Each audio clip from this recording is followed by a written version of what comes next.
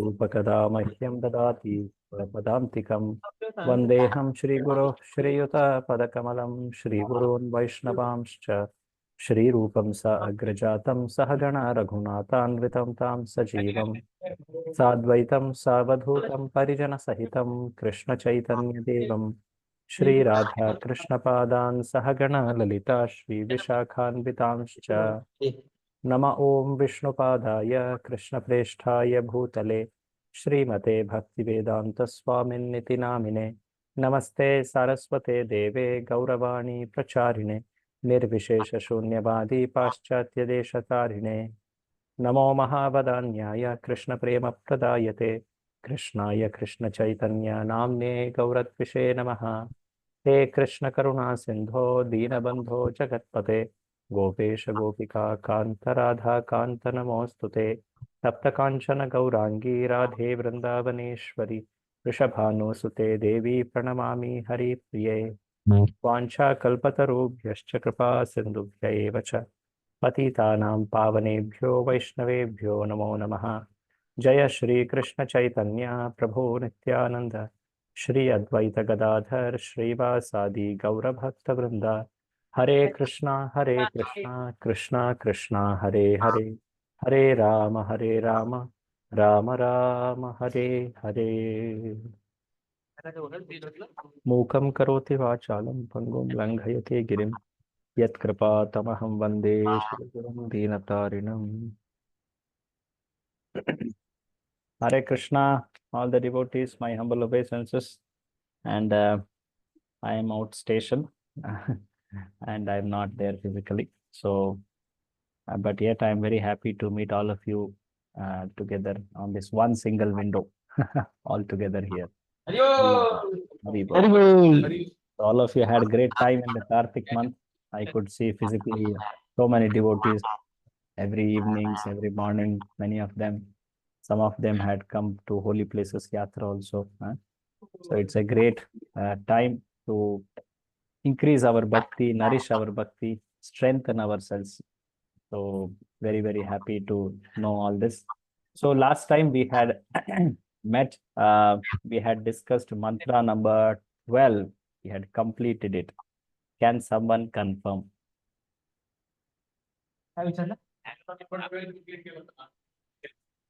12th.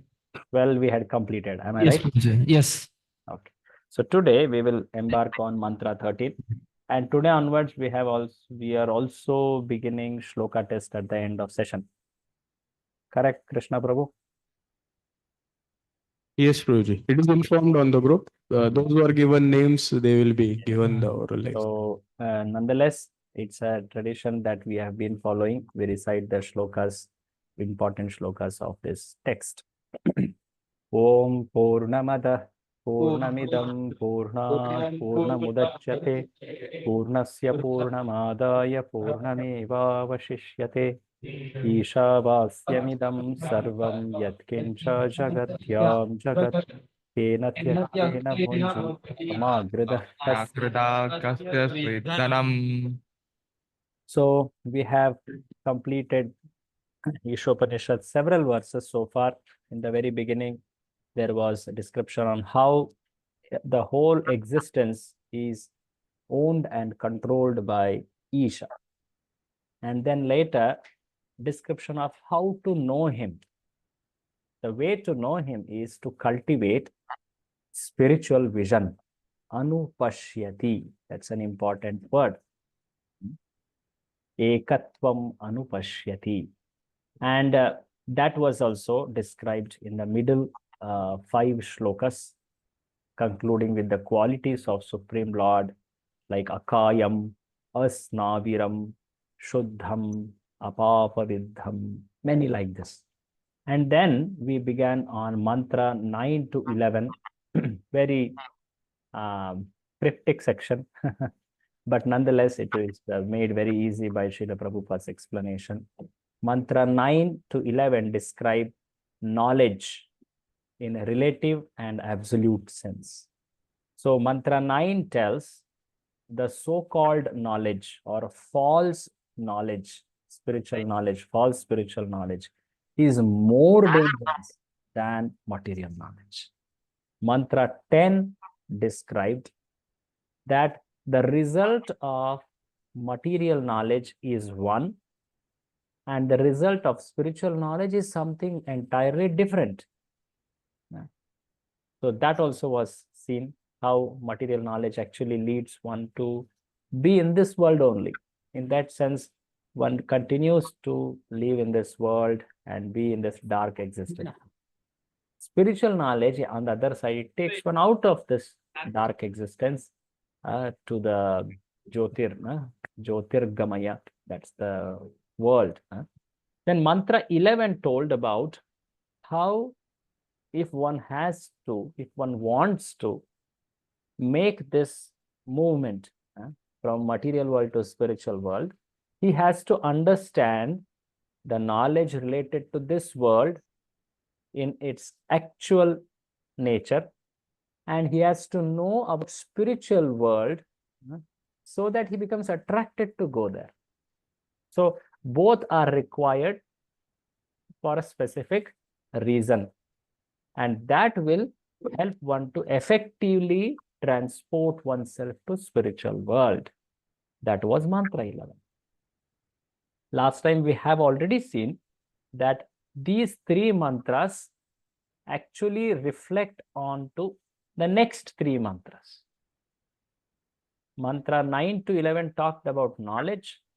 Mantra 12 to 14 talk about Worship. worship. So mantra 9 is similar to mantra 12. Mantra 9 and mantra 12 are similar. Mantra 9 talked about danger of false knowledge. Mantra 12 tells about danger of false worship, especially the worship like the impersonalist, the false religionist, pseudo-spiritualist. Now, these words we had seen.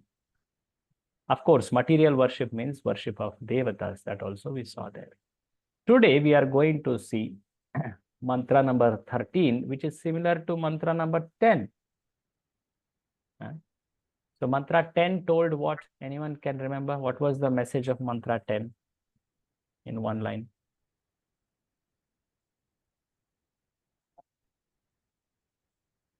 Anyone remember? Mantra 10 distinguishes between the material knowledge completely, and other one is spiritual knowledge. The material knowledge may take one to hell, but the false spiritual, or no, sorry, the spiritual knowledge has a different destiny, and the material knowledge has different destiny. Yes, that's a clear description. Now, similarly, can someone conjecture or make a parallel statement for worship? Because it's similar, right? Mantra 10 and mantra 13 are similar. So, in terms of worship, mantra 13 says similar to mantra 10. What is it? Try to make a statement similar to that.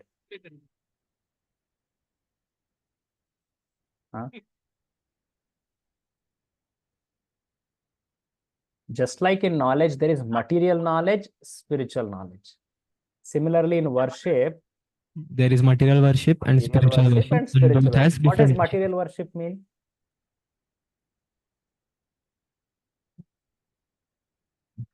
Guess. We saw a little about it in mantra 12. Karmakand. Karmakand, okay. If we are worshipping someone of this world, Rishikesh Pawar is saying any other worship than Supreme Personality of Godhead. Yes, perfect. That's right. That is perfect. Yes. So, worship of devatas, following this path of impersonalism, all these paths are actually falling under material worship. Sometimes people invent many gods, is it not?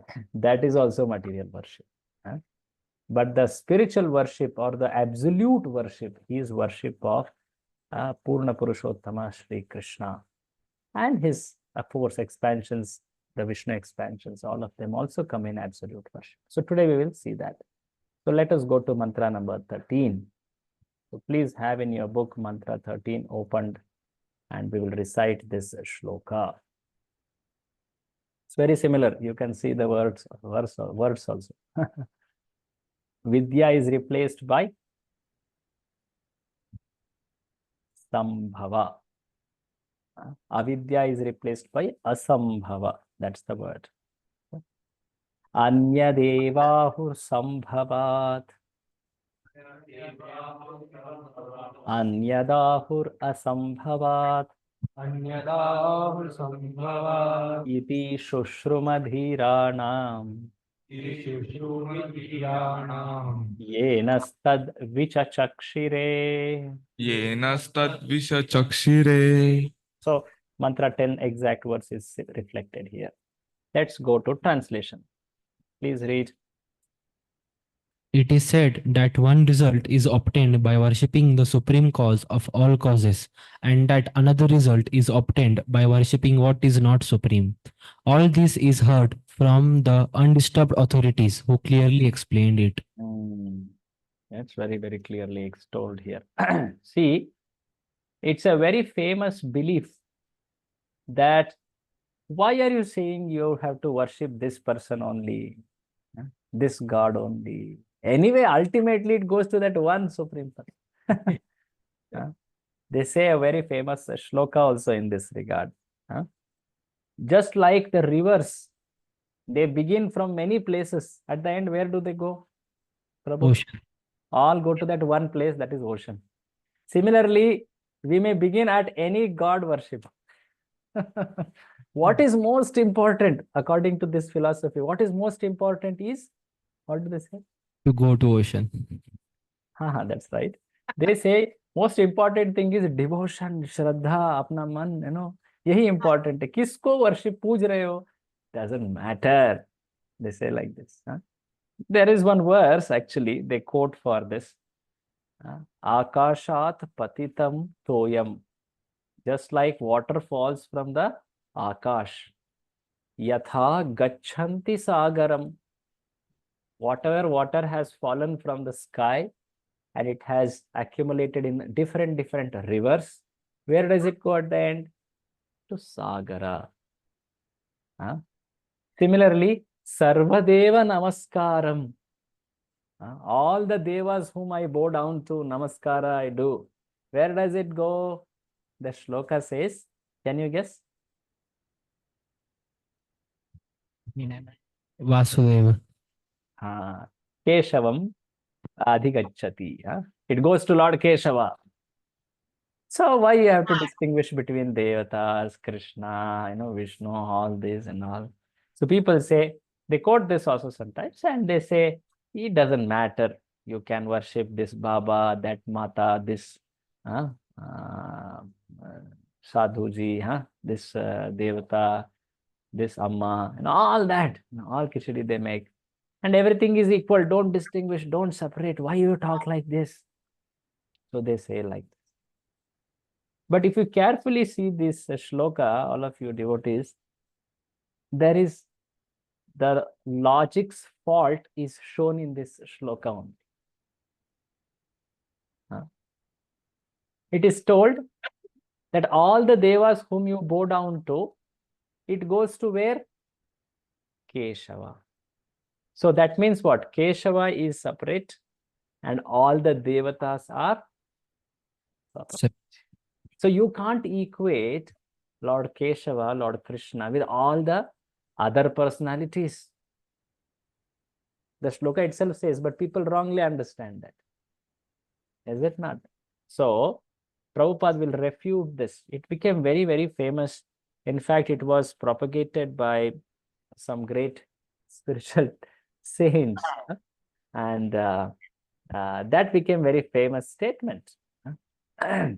You can choose your path and ultimately you go to that impersonal destination anyways. Like that they would say, all paths lead to same goal. That was their statement. So Prabhupada would often say about it. He will describe about this logic, how it is wrong in this very beginning paragraphs. So we will read this. Purport, please read. The system of hearing from undisturbed authorities is approved in this mantra. Unless one hears from a bona fide acharya who is never disturbed by any changes of the material world, one cannot have the real key to transcendental knowledge. The bona fide spiritual master, who has also heard the Shruti mantras or Vedic knowledge from his undisturbed acharya, Uh, never presents anything that is not mentioned in the Vedic literature. See, it's very, very clear here. Prabhupada says, if someone is speaking about God, he should speak what is told in the scripture. He cannot say on his own something. A bona fide acharya, he will never present anything that is not mentioned in the Shastra. See, we have already learned the importance of Shabda Praman, right? In the very beginning, we saw the subject matter of our study is beyond our senses, mind, and intelligence. That's why Shabda Praman is very, very important. In fact, it's the only way. So, any teacher of this subject, the spiritual knowledge, should refer to Shastras with no compromise. And in this subject, about whom to worship, are all the people objects of worship equal? Bhagavad Gita tells something. Prabhupada quotes that in the Bhagavad Gita. Read this. In the Bhagavad Gita, it is clearly said that those who worship the Pitras or forefathers attain the planets of the forefathers, that the gross materialists who make plan to remain here stay in this world, and that the devotees of the Lord who worship none but Lord Krishna, the supreme cause of all causes, reach him in his spiritual sky. So it's a very famous shloka, you may remember. Yanti Deva Vrata Devan. If you worship Devas, you go to Devas. Pitran Yanti Pitravrata. If you worship Pitrus, forefathers, you go to Pitralok. Bhutani Yanti Bhutejya. If you worship some evil spirits, ghosts, and all, so you go to their association. Krishna finally says, you will come to me only if you worship me. Yanti Madhyajinopi Mam. So it is Krishna who has told it very, very clearly that the results of worship is different according to the object of worship. See, in a worship, we choose a personality whom we want to worship, right? Like all devotees of Krishna, they choose Krishna.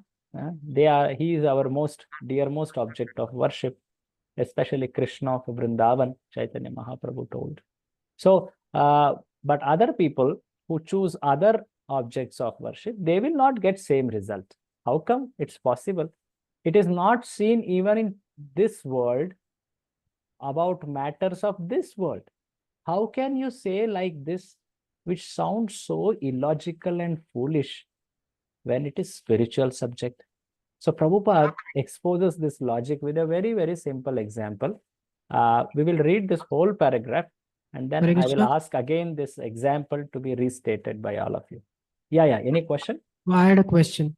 That thought you read right now, that every path leads to the same goal. Correct. Did not understand that, because if we would take the analogy of river, the water falling from the sky going into the rivers, and then again, then they are different paths actually, the rivers Correct. compared to, but they meet at the same point, that is ocean. Destination, So yes. then how? Yeah. So the verse, I will clarify that, because Krishna also in Bhagavad Gita tells another verse which tells that everyone is following my path. There is one verse about it. Okay, we will see that verse, which also sometimes confuses people to mean that, to conclude that, oh, that means everyone is following my path. Krishna is saying that means what? If I worship this devata, that devata, everything is actually following him only. Like that people may conclude, right? So that will be clarified after this. But before that, we will see this logic of how results are different when we worship different people or personalities. Okay, we will first see this and then we'll go to that. Yes, bro. Can you read? Nowhere in authentic. Nowhere in authentic scriptures it is said that one will ultimately reach the same goal by doing anything or worshipping anyone. Such foolish theories are offered by self-made spiritual masters who have no connection with the parampara.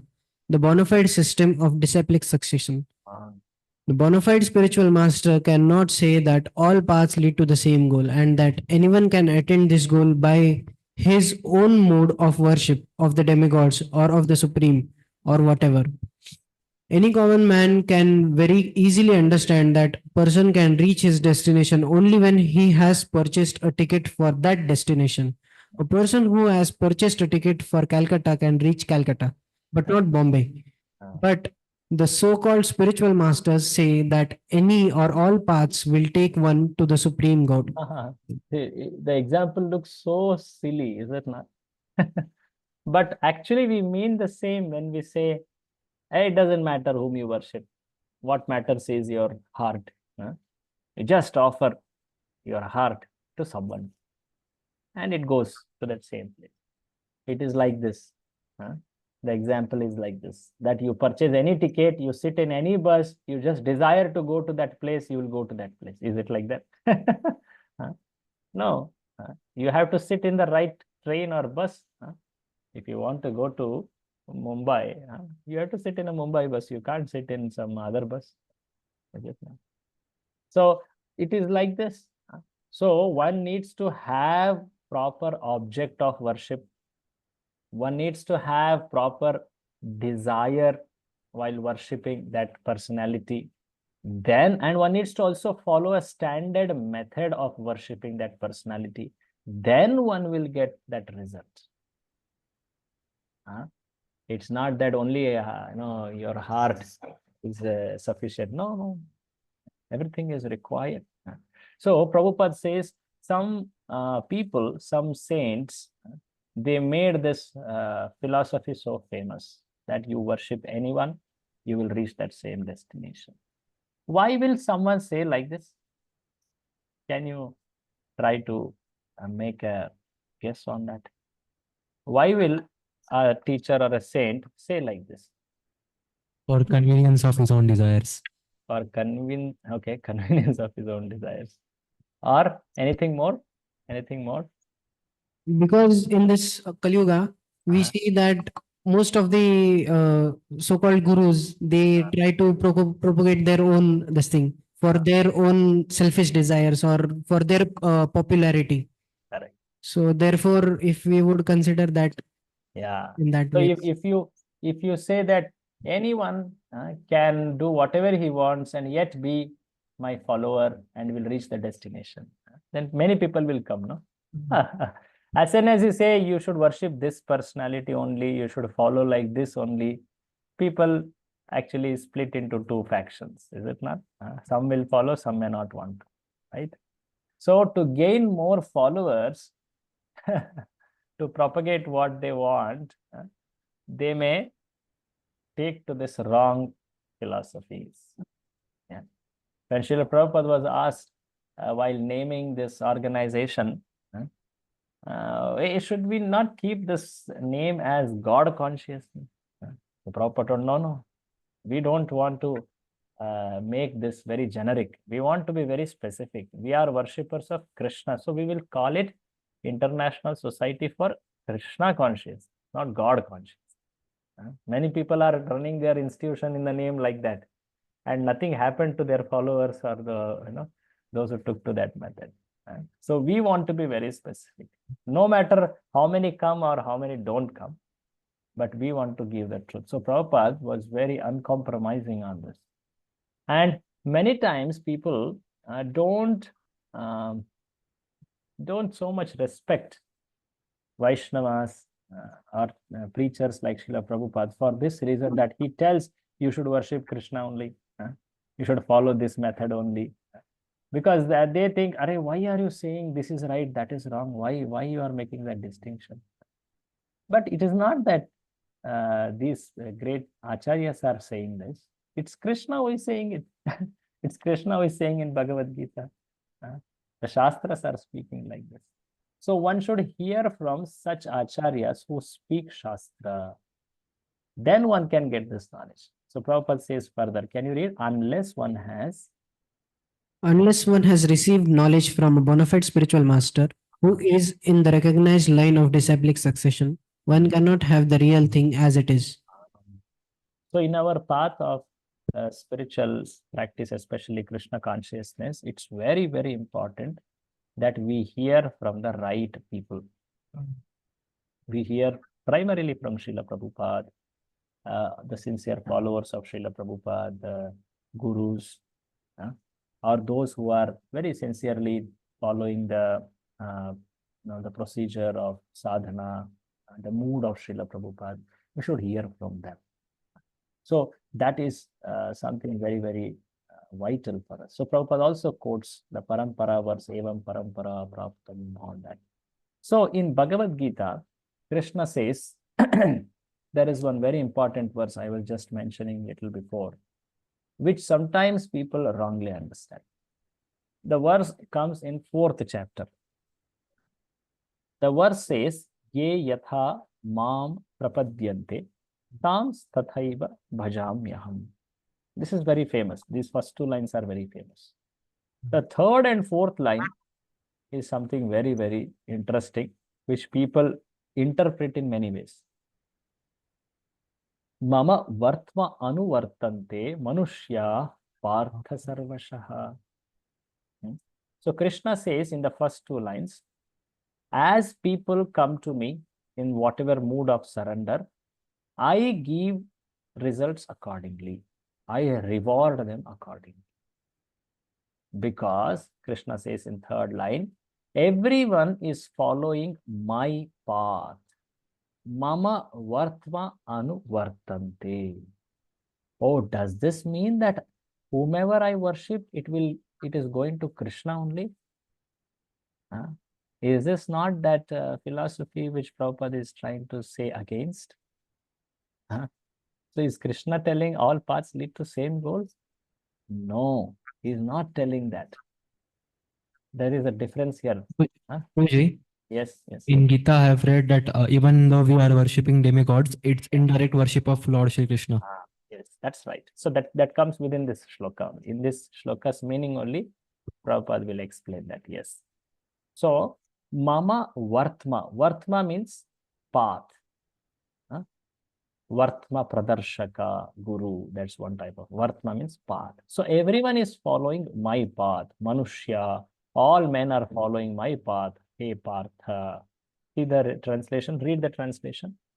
As all surrender unto me, I reward them accordingly. Everyone follows my path in all respects, O son of Pritha. So now, please note it. Everyone follows my path. Is Krishna telling everyone will get same result? Is he saying? No. No. He's telling everyone follows my path. See, this is explained by Prabhupada here below. Prabhupada says that everyone is searching for Krishna in different aspects of his manifestation. So Krishna is a personality who embodies all pleasure, rasa. So everyone is looking for happiness, right? No one is there in this world who is not looking for happiness. We all had nice prasad. We all had good night's sleep. We all had good music. Everyone wants good happiness in this world, is it not? So everyone is searching for Krishna, be it a devotee or even a non-devotee. He may not know, right? So in that sense, Krishna is the actual personality whom everyone is looking for. Some may know it, some may not know. Prabhuji, how come those who don't know are also searching for Krishna? So Krishna is, we have heard this in Bhagavad Gita, that Krishna is the source of all manifestations, right? Aham sarvasya prabhavaha. So it is from Krishna everything comes. So it is from Krishna the devatas are coming. It is from Krishna this material energy is coming. It is from Krishna all these sources of material pleasure are coming. Is it not? So it is coming from Krishna. Now, are those things which are coming from Krishna, are they fully satisfying the jivas? That is a question mark. That is a question mark. So everyone is searching for Krishna means everyone is searching for eternal happiness. These things which are coming from Krishna are material energy. They will give temporary happiness. So in search of eternal happiness, people are going to these places of temporary happiness and they try to enjoy. When they don't get satisfied, they again try to search out. So in that sense, a person remains dissatisfied until he reaches Krishna. That's the point. In Krishna book, Prabhupada wrote this summary called Krishna book, is it not? In that book, there is a preface written by very great musician, George Harrison. So he writes last statement of that preface. Very nice statement. Prabhupada many times told it. He says, everyone is searching for Krishna. Some know it and some do not know it.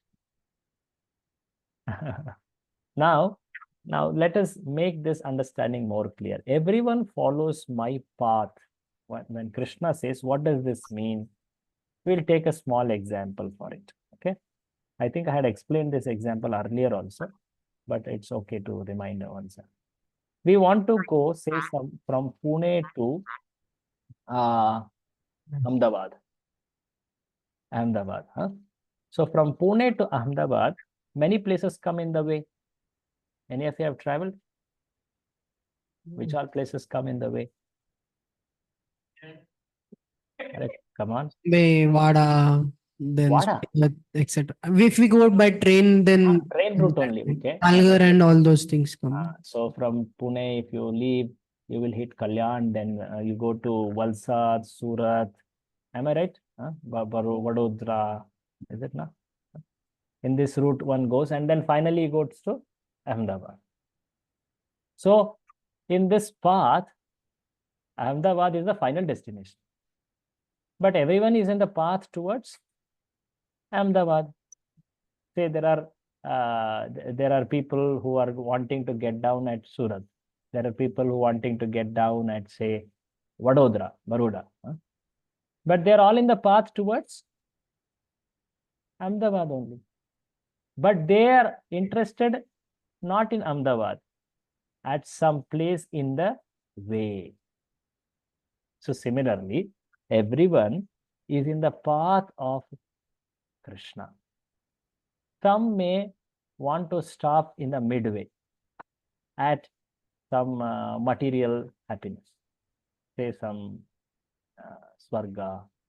Some may want to at max go till Brahmajyoti or something like that. Some people on the other side may go in an opposite direction also. So instead of going towards Ahmedabad, someone may start heading towards Bangalore. That's on opposite direction, is it not? But nonetheless, it is the same path. It's that one straight path. So this particular shloka, what does it mean?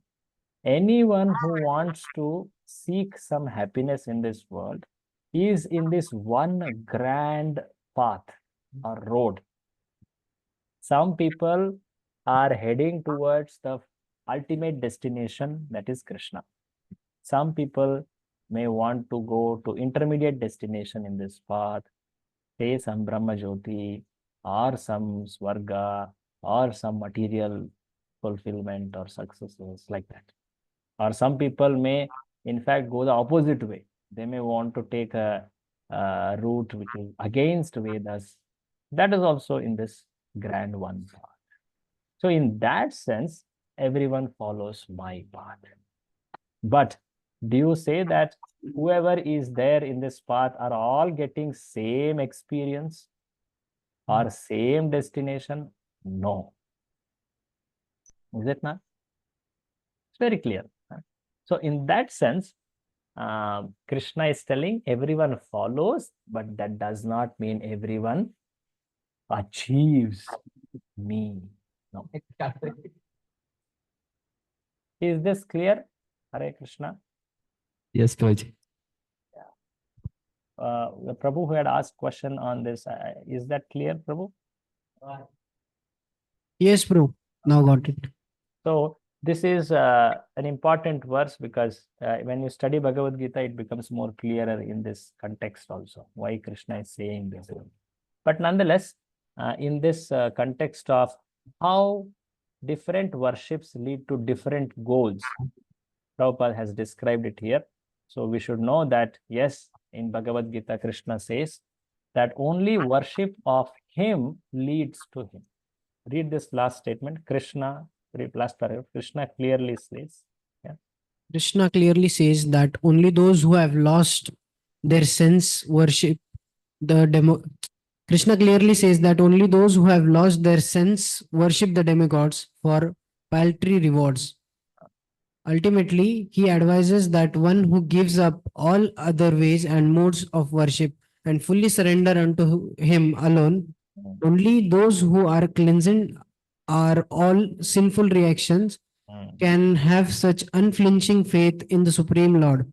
ah, Others will continue hovering on the material platform with their paltry ways of worship and mm, thus will be misled from the real path under the false impression that all paths lead to the ah. same goal.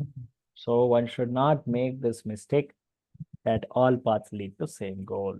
So Krishna has clearly told those whose intelligence is lost, kamais taistair hrita gnana. They have lost their sense. They worship people of this world. It could be devatas, it could be politicians, it could be cinema stars or sportsmen or anyone. Huh? And they stay in this world only. Their result will be of this world only. So, like that, one should very intelligently choose the object of one's worship. What should be that? It should be what is called as sambhavat, or that's described here. So, read ahead. In this mantra, In this mantra of Sri Isopanishad, the word Sambhavat by worship of the Supreme Cause is very significant. Lord Krishna is the original personality of Godhead, and everything that exists has emanated from him. In the Bhagavad Gita 10.8, the Lord says, Aham so, sarvasva prabhavo mat mm, sarvam pravartate iti matva bhajanti mam buddha bhava samandita. samarpitaha. I am the source of all spiritual and material worlds. Everything emanates from me. This wise, the wise who perfectly know this engage in my devotional service and worship me with all their hearts. So, the shloka says the word sambhavat, and in this shloka also there is a word called prabhava. These are very similar. Prabhupada later says this. Like sometimes we say the word sambhav. ये कैसे संभव हुआ? How did this happen? So the word sambhav, actually it means a possibility or the cause. In the Sanskrit, this word sambhava means perfect existence or the source of all. Samyak bhava, the source of all existence, bhuti. That is called sambhava. So when one worships Sambhava, the supreme cause, then he becomes satisfied in his heart. He engages in devotional service to that person. So Prabhupada says, the Sarvasya Prabhavaha indicate that Krishna is a creator of all the devatas, including even Brahma, Shiva, and even Vishnu. Vishnu also originates from Lord Krishna. In this particular paragraph, I am not going into that great detail, but I will point it out here. Prabhupada says many evidences from different Vedic scriptures which shows how Lord Krishna is the source of all. In the Atharva Veda, a specific Upanishad called Gopala Tapani Upanishad, it is said there, read this, Prabhu. He who existed before the creation of Brahma and who enlightened Brahma with Vedic knowledge is Lord Shri Krishna. See, in the Vedas, it is directly mentioned. And in the Upanishad called Narayana Upanishad, it's told how Lord as Narayana, he was the one who is the creator. Narayana is another name of Krishna. In fact, Narayana originates from Krishna. And from that Narayana comes all the other jivas like Brahma, Prajapatis, Indra, Vasus, Adityas, Rudras, all that. And in this Upanishad, it is also told very clearly, Devaki Sutta, he is the Parabrahma. He is the Supreme Lord.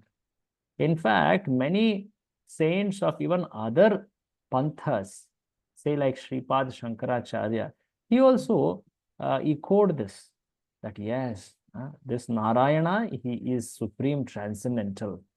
In some of his comments, it is there. But because the other statements are so much, people may not understand what he is saying here. So it is Lord Narayana who is the source of everything. He is the support or adhara of everything. So in that sense, Prabhupada here provides a lot of evidences. In fact, this Govindam Adipurusham Tamaham Bhajami, Sarva Karana Karanam, that verse also he quotes Brahma Samhita, Ishvara Parama Krishna. So the conclusion is here. Read this, the conviction. The conviction that Krishna is all in all is established when one hears the transcendental message from the undisturbed Acharya with faith and love. See, this is important. Every word here is chosen actually. This conviction that Krishna is all in all. How does this come? Does this come by just studying Vedas? Because he knows the language, he knows the lifestyle, he's reading. Does it come just by that? No, it doesn't come. It comes only when one hears from an Acharya. Okay, just by hearing from Acharya, will that be fine? It's not No. sufficient. When one hears with that particular attitude, with that faith. So every word is here important actually. You may know this very famous story Prabhupada often said about it. The story of Brahmana and a cobbler. Have you heard this? Hare Krishna. Yes, Prabhu, but you can please tell us again. Okay. It's a very famous story. It's just that the Narada Muni was once traveling across and he meets one Brahmana on the way, a great Vedic scholar. You remember this story now? Anyone? You might have seen in the dramas, it's performed a lot, very famous. So he meets this Brahmana on the way, great scholar, Vedic Pandit. And then Narada is welcomed there and he's received well, he's treated well. And then at the end, Brahmana, he asks, Narada Muni himself asks actually, do you want to, actually I'm now going after some time to Vaikuntha. Is there anything that I can tell you? I can serve you? So then Brahmana says that, actually, you are a very great saintly person.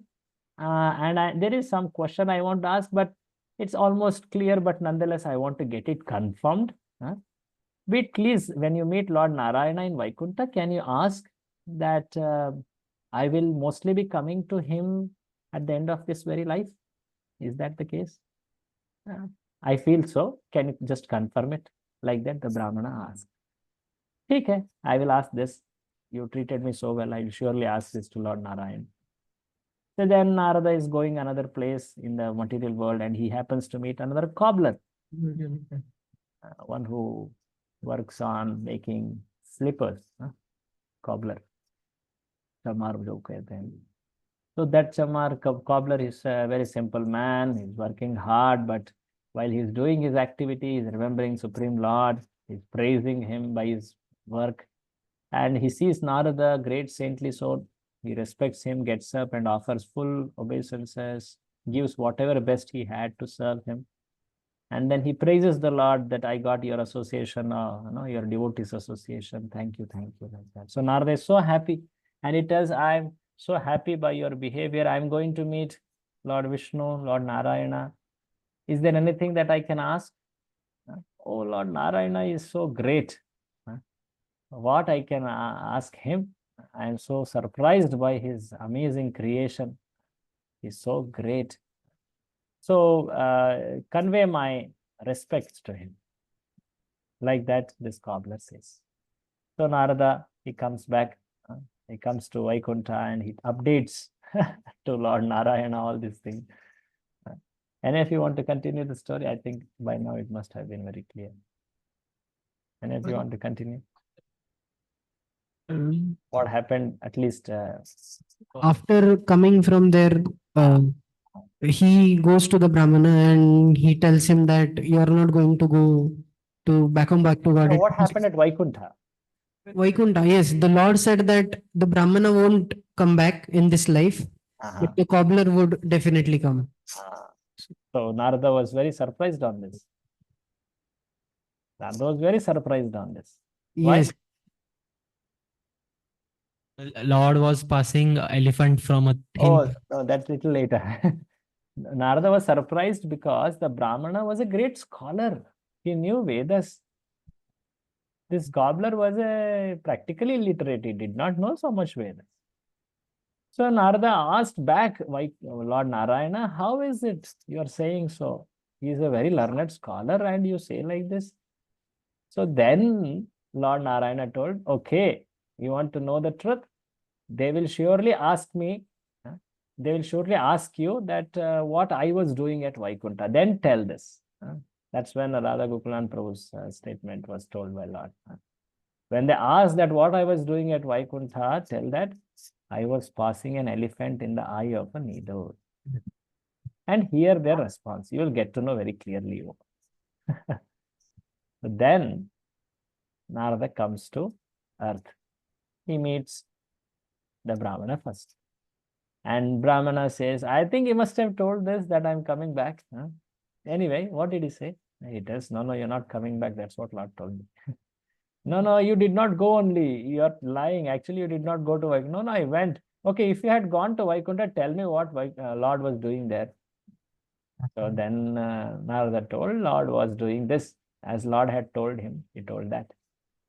Then Brahmana told, how is this possible? Just see, you're lying actually. No? You did not go only. How can a person pass elephant through the eye of a needle?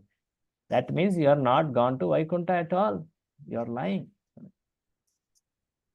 It's not possible only. Just see how much I know about Vedas and you are saying this and all. So then Narada understood, okay, let me go to cobbler. So he went to cobbler and he told cobbler, Lord is so very happy with you. You are coming back to him soon. And he was jumping in joy. But actually it's mercy of Lord. Then he told, do you know what was Lord doing? Yeah, what was Lord doing at Vaikuntha? He does so many wonderful things. He was doing this, passing elephant through the eye of a needle. Oh, such great is the Lord's mercy. Just see what is not possible for him. He can put such big tree in this small seed. He can pass that great elephant in the eye of a needle. Marvelous is his creation, his activities.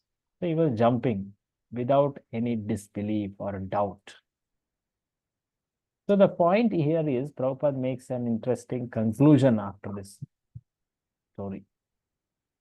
What's the conclusion? Why are we discussing this story, by the way? Faith ke liye, Prabhuji. So we read that how can one get faith not just by reading, but by hearing from acharyas who has faith. Yeah. So when one hears from Acharya with faith and love, then one will conclude that yes, Krishna is all in all. Sometimes we see, is it not, devotees, that there are some very simple people who may not know so much, which we may be knowing, but they are so happy in devotional service because they have gotten this conviction that yes, Krishna is all in all. Sab kuch Bhagwan se hi ho raha hai. No? Yeah, it's completely under control of Lord and he is doing it. Because they have that faith and love on Acharya and they have heard it.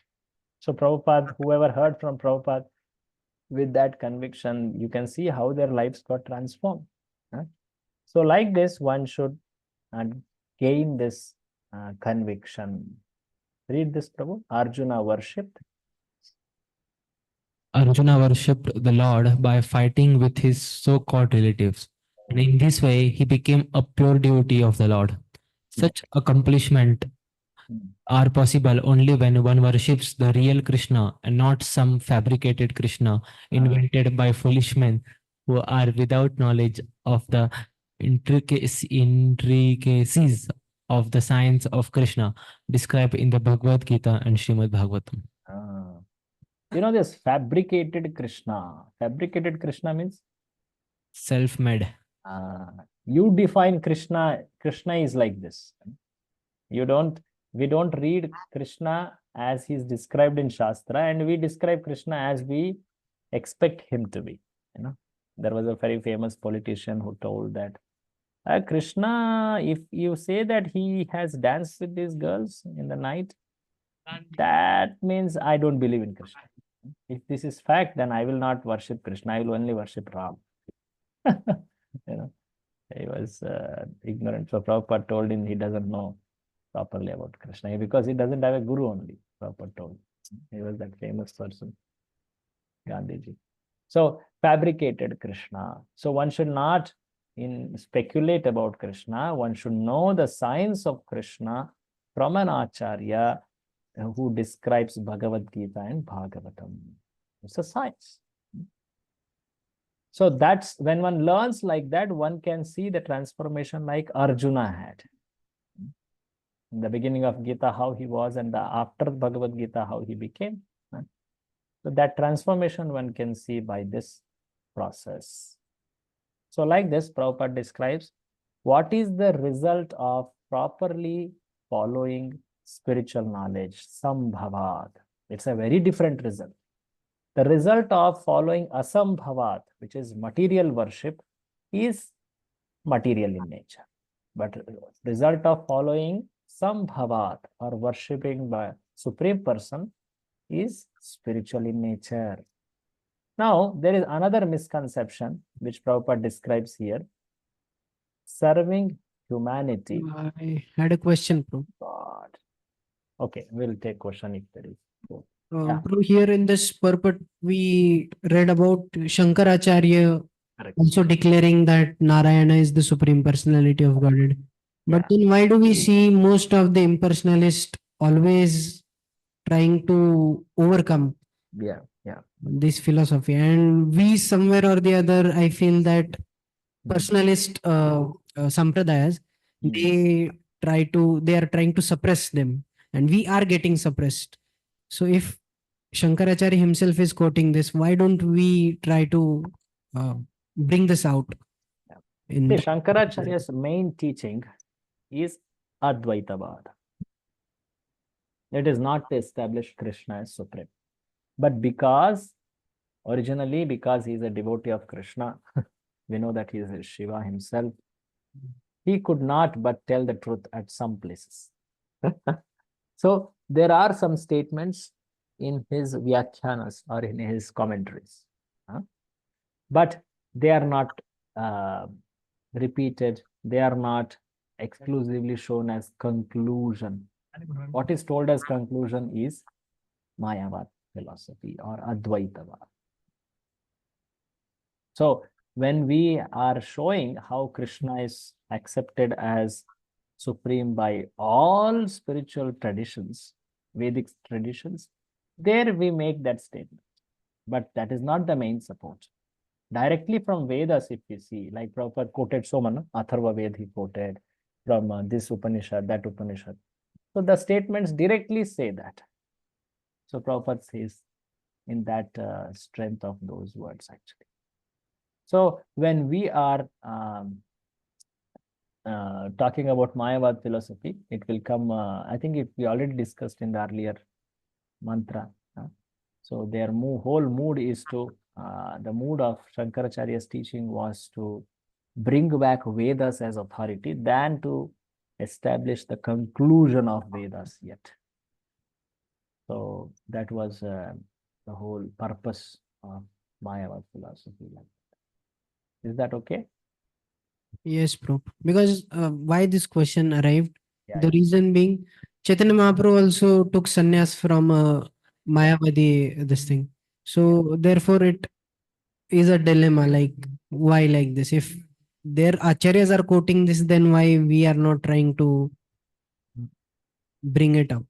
Chaitanya Mahaprabhu taking sannyas from Advaitic Sampradaya doesn't mean he accepted or he followed that philosophy. Sannyas at that period when Chaitanya Mahaprabhu was there on this planet was offered more easily by Advaitic Sampradaya. It was recognized, it was well respected, and Chaitanya Mahaprabhu took sannyas for a very specific reason of preaching, so that people take his message seriously. That's all. Actually, the matter ends there. That's all. After that, he did not affiliate anything on that Advaitic Sampradaya. In fact, he initiates his guru only. One who gave sannyas, he tells him that you should give me this mantra. And then he receives that same mantra from his guru. If you see that whole episode. So, coming back to your question of why can't we establish Krishna consciousness from the teachings of Shankaracharya? Is the question like that? Hare Krishna? Yes, bro. Yes. So, see, Shankaracharya, he has spoken on varieties of subjects. He has written a lot of literature. Of course, his Mayavad Bhashya, Sharirika Bhashya is foremost. But apart from that, he has written compositions on all devatas. Apart from Krishna, he has written on Ganesh, he has written on Shiva, Devi, all that famous Saundarya Lahari, very, very complex compositions. And also Bhajagovindam, Achyutashtakam, Pandurangashtakam, he has also written. Getting? So, it is true that Shankaracharya was a covered devotee. He's a devotee actually. He's Shiva, no? Is it not? So he wanted to glorify Lord Krishna, but because it was an order given to him to spread this path, so he could not do it exclusively. He did it in a very covered fashion. So we cannot use their philosophy to establish Krishna consciousness because the purpose of their philosophy was different. In fact, Sri Chaitanya Mahaprabhu goes on to refute their philosophy. Is it not? So if you want to establish Krishna consciousness, the best way is to do it directly from scripture. Take from Vedas, take from Puranas, take from Upanishads, take from Bhagavatam. That's best. Okay? Yes. Thank you. Okay. Let's go ahead. So, in this particular purport, there is one more misconception which is Prabhupada's arguing about. The first one was all paths lead to same goal. Now here comes another famous misconception. Serving humanity is serving God. This is told in many, many ways. Manav Seva is Madhav Seva. Man Satla Dev. You serve God who is in the form of this man. Many, many ways they say it. Nar Seva, Narayan Seva, many, many things. Daridra Narayan Seva, many things they speak about it. So what is this? So Prabhupada explains that in this small paragraph below. So Prabhupada says, can you read from here? Certainly half-educated. Certainly, half-educated spiritual leaders who are disturbed by the tides of material existence cannot know him fully. They try to make some compromise by making the mass of humanity the object of worship. But they do not know that such worship is only a myth because the masses are imperfect. The attempt by these so-called spiritual leaders is something like pouring water on the leaves of a tree instead of the root. The natural process is to pour water to the root, but such disturbed leaders are more attracted to the leaves than the root. Despite their perpetually watering the leaves, however, everything dries up or want of nourishment. Actually, this takes so many forms, this reason of serving humanity, philanthropy. People say, why are you worshipping stones? Better you feed poor. My God, क्या इतना emotionally powerful message है यहाँ. You are pouring so much of milk and ghee on stones. Instead, can't you feed some food to starving young children, poor children on streets? Yes. There are so many big film stars, sports stars say this, and people so blindly follow it. Right? In fact, it was a great objection many years before when I remember this, when I was in my graduation. There was one great saint, a great devotee of Lord Krishna in South. He had offered a diamond crown to Krishna at Udupi. There's a very famous temple of Krishna at Udupi. So he had offered a diamond crown. I remember that period. And he was critiqued so much that how could you spend so much of money on a stone? Diamonds? Murti puja hai. And he was called for an interview. And publicly he was asked question on this. And this person, very bold, he's a sannyasi. He left his body a few years before. Very great saintly person, actually. He comes in Madhva Sampradaya, I remember. He had great opinion about Srila Prabhupada. He praised Srila Prabhupada also. So he said in that interview, just see, few years before, the famous President of United States came to Mumbai. It was 2006 or 7, that period. And in 2005, one president called Bill Clinton, that time Clinton was the president, most infamous president he was, because he was actually removed from president post because of a bad thing he did. But he came to India when he was president, and so much money was spent for his welcome. The whole Mumbai's streets were painted. So much, lakhs of money was spent. So this Swami was telling few years before that United States president came, Bill Clinton, and you spent so much money. And how long is he president? 4 years. In fact, he was removed prematurely only. He had an affair with some lady, and that became very bad thing for his reputation. And you spend so much money for some paltry person who had such bad character, and he has powers for limited time. But when I worship my God with money that I have gained, what is your problem? I mean, just see the temples. Temples have always been the places of feeding people. When people are saying that, oh, you are spending so much of money on worshipping the stones, are they not seeing that how much poor people are given prasadam every day? How, when they are saying all this, how much of money are they giving out for helping people? It is these very people who are having so much of money in parties, spending money in their lavish, lives, living in such a culture of non-vegetarian food and using all animal products and all like that. But it is such a hypocrisy. When people say that you are spending money on worshipping these stones, instead you serve poor, what is the intent? The intention is that they cannot bear the worship of Supreme Person. It is clearly the envy. It is no reason that, oh, these worshippers of Krishna or Vishnu or these gods, are they less human?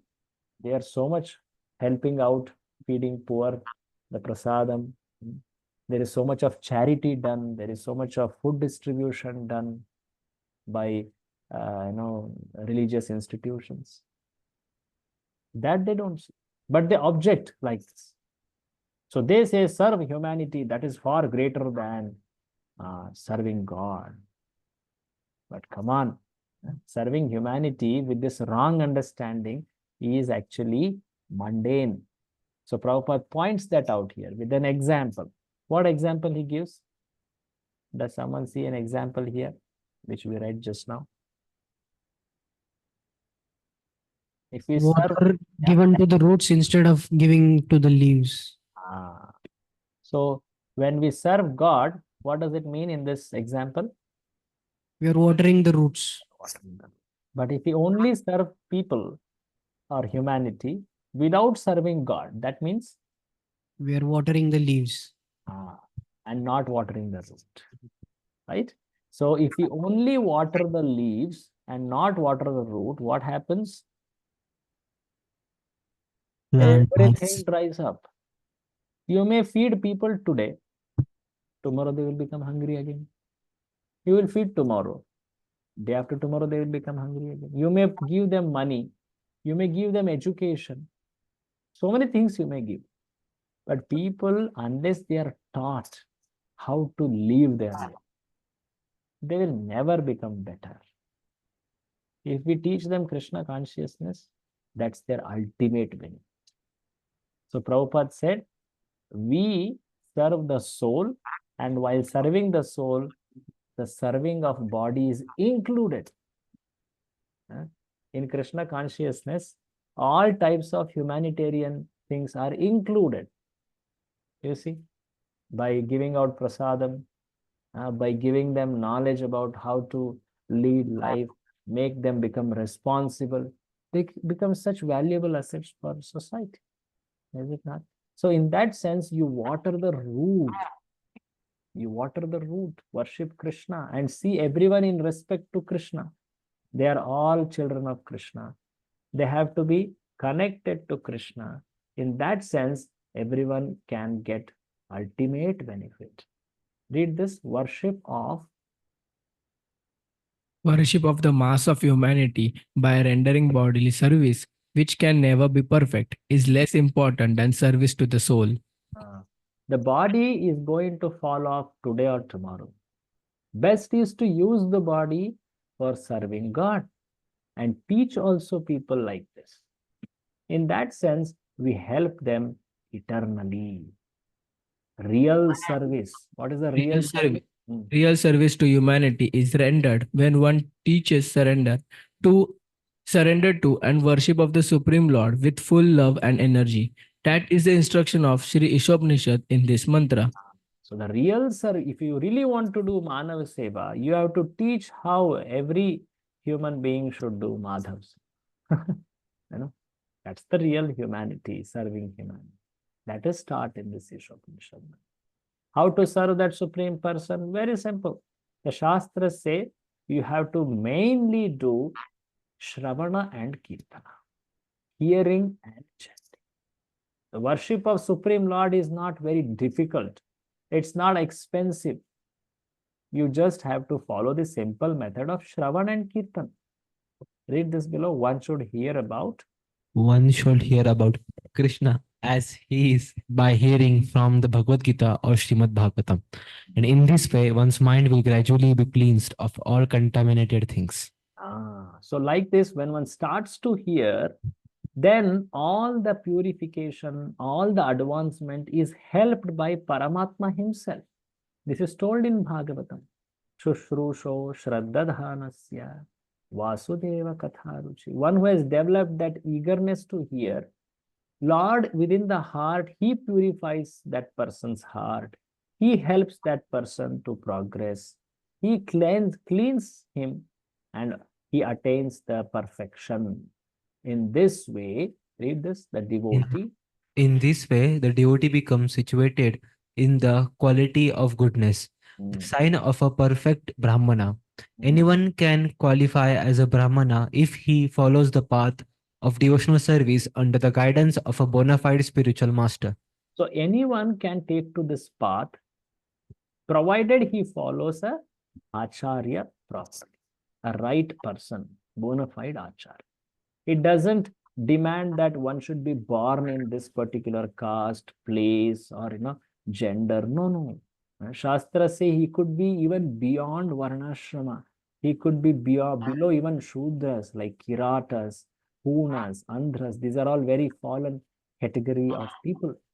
Even they could become purified by the association and following of guidance of a pure devotee. It is possible. So like this particular mantra tells how one can attain the Supreme Lord by following the method of given by Acharya properly. Read this last statement. One who attains this stage. One who attains this stage is a liberated soul and can see the Lord in every step of life. This is the perfection of Sambhava as described in this mantra of Sri Ishopanishad. So this is the result of worshipping Sambhava. Sambhava means here the supreme cause, that is Shri Krishna.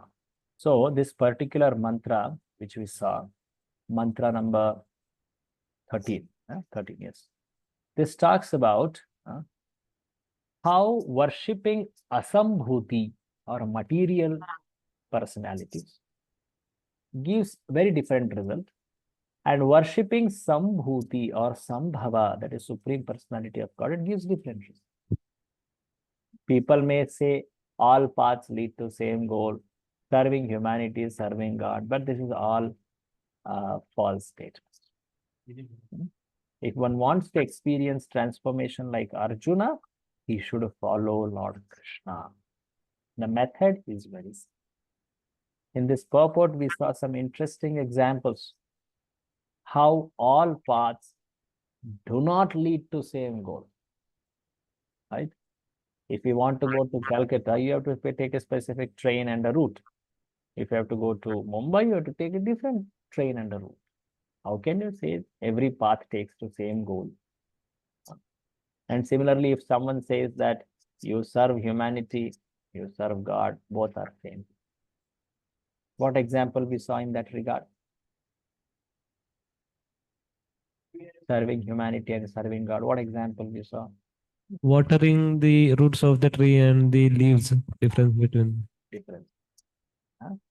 So if you want to nourish the tree, you water the root, and that will nourish the leaves also.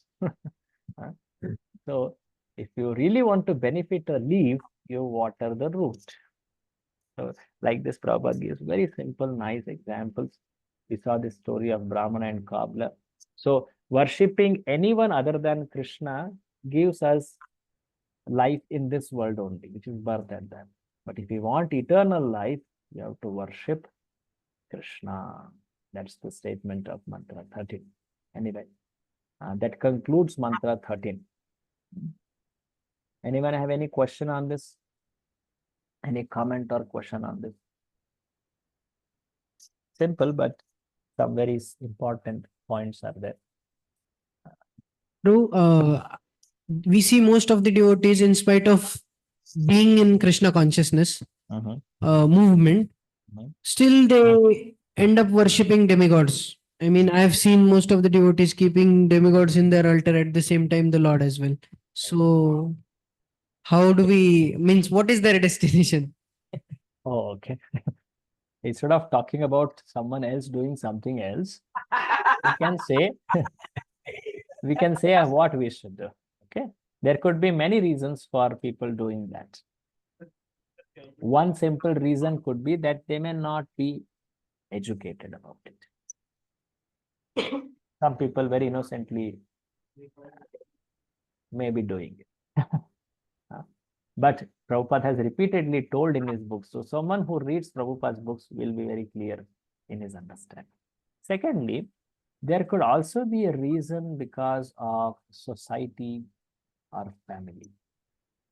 Somebody may know it, somebody in the heart of heart may be understanding Krishna as the supreme and wanting to serve him exclusively, but because of family and society, who may not be exclusive devotees of Krishna, and just to keep them connected to Krishna in some way, they may do it. Somebody may be doing it just so that others who don't have Shraddha on Krishna may at least follow Devatas. He may be setting that kind of a mundane example. So there could be many reasons for someone doing something. Okay. So what is important, as I again beginning said, is what we should do. We should understand that Krishna is the ultimate person to be worshipped, and Devatas are subordinate. Okay.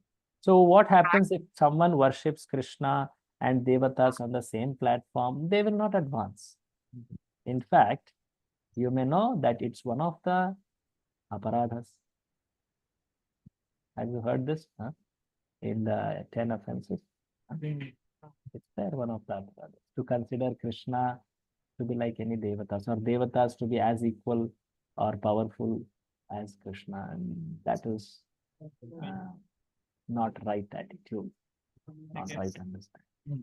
So one will not advance, surely. Okay. Prabhuji, in these regards, I had one question that before coming to Krishna consciousness, our family used to offer water to Surya Dev every day in the morning. But after me coming into Krishna consciousness, we have stopped that thing. So is it like that we should stop all these practices which we used to do earlier, and just by the sake of saying by offering water to the root, so doing Krishna Bhakti is the greatest? Should we stop all these things? So there are multiple things here. We should see, when I do it, what will be the effect? Will people be ready to take to worship of Krishna in that same spirit as I have taken? If that is possible, if that is something which may happen, you can direct them directly to Krishna worship. That's wonderful. So earlier one was worshipping sun god. Now one is promoted to worshipping Krishna. That's wonderful. But if one is thinking that, oh, if maybe I have taken to worship of Krishna, but my other relatives and family people, they don't have so much of faith. Then what to do? Then we should understand that ultimately Surya, he is getting power from Krishna. So to keep them at least on the path of their family tradition, one can continue doing. You know, in the Bhagavatam, the great Bharata, the king Bharata, he worshipped sun god. This is much before his fall happens because of the deer. He was a great devotee of Lord Krishna. He was at the stage of bhava. He was worshipping Surya, seeing him as Surya Narayana.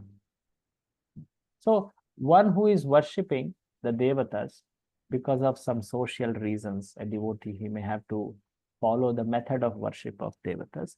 He should, at least in his meditation, should know that these devatas are actually limbs of Krishna. They are getting powers from Krishna. They are representing Krishna. And my worship, if one offers with this mood to devatas, it actually goes to Krishna. It doesn't stop at devatas. But if one sees devatas as the independent, powerful people, then their worship actually doesn't give them spiritual results. Okay?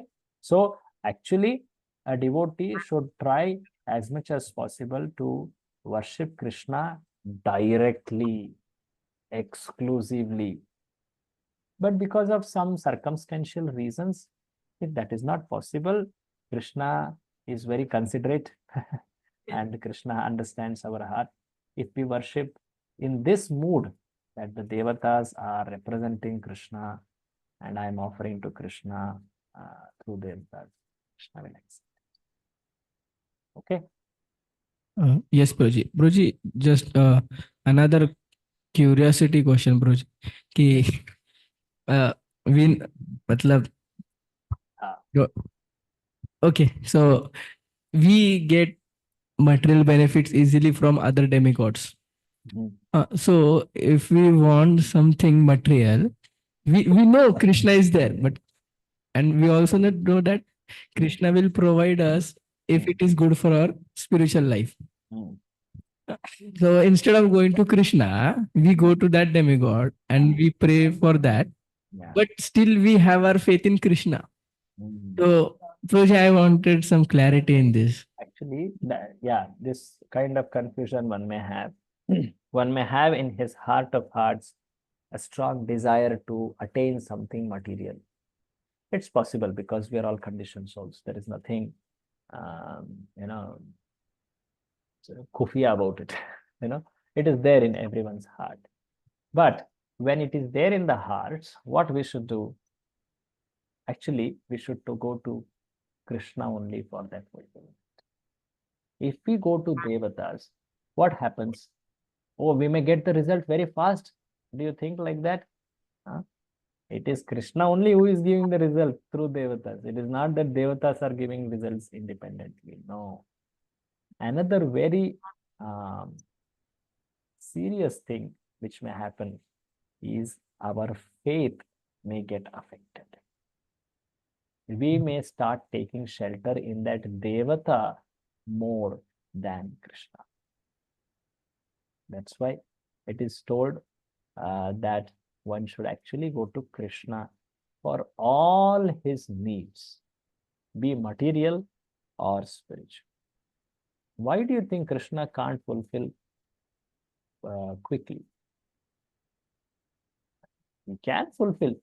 He can fulfill at the very next moment if he wants. Yes. And Devatas don't think that they can fulfill quickly without Krishna's sanction. No, they can't fulfill without Krishna's sanction. So ultimately, Krishna is the controller and he knows what is good for us. So no matter what desires we have, material or spiritual, we should try to take shelter of Krishna exclusively. Bhagavatam also says it. Prabhupada said it. Many acharyas also have it. Okay, that is where our great benefit lies. We may want to fulfill our desire immediately, but later we may land up in a big trouble. What is important?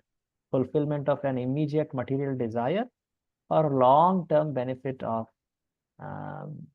going happy materially also and spiritually also, with not so much material sense. What is good, important? Yes, Prabhuji, but if that desire is in our heart, we will not be able to chant properly. It will constantly be there in our chanting. that gets fulfilled and purified by worship of Krishna. Why do we need to take that only worship of Devata will fulfill it? No. I'm not saying that worship of Devata, but that desire will be in our mind and it will trouble us that when will it be fulfilled? I'm not able to chant properly. I'm not able to do my services properly. I'm not able to concentrate. So this thing will also be there, no? Yeah. See, what we get in our life is largely determined by also our past activities. So something we may not get even after we pray to Devatas. Is it not? So we should know that many things in life don't go by my desire and plan only. If I have some desire and worship Krishna only for that fulfillment, and if it is in my credits, Krishna will fulfill it. If it is good for my future, Krishna will fulfill. This faith we should have. Okay. So there could be many desires which may not get fulfilled, even if I had not practiced bhakti, even if I had worshipped Devata. Right? There are many people like that. So please know that great possibility. And with good heart, we should worship Krishna. With that faith, we should worship Krishna. And Krishna will knows the heart of the worshipper. He will purify that desire and help give happiness to that devotee. Okay? Bro, just a follow-up question. Yeah. Yes. So as you said, sometimes it's a karma also. We don't get the things that we want.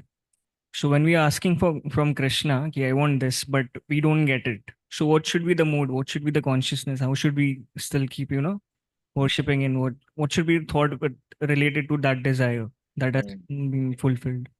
Correct. Very nice. So everyone in this world gets what he has done earlier, right?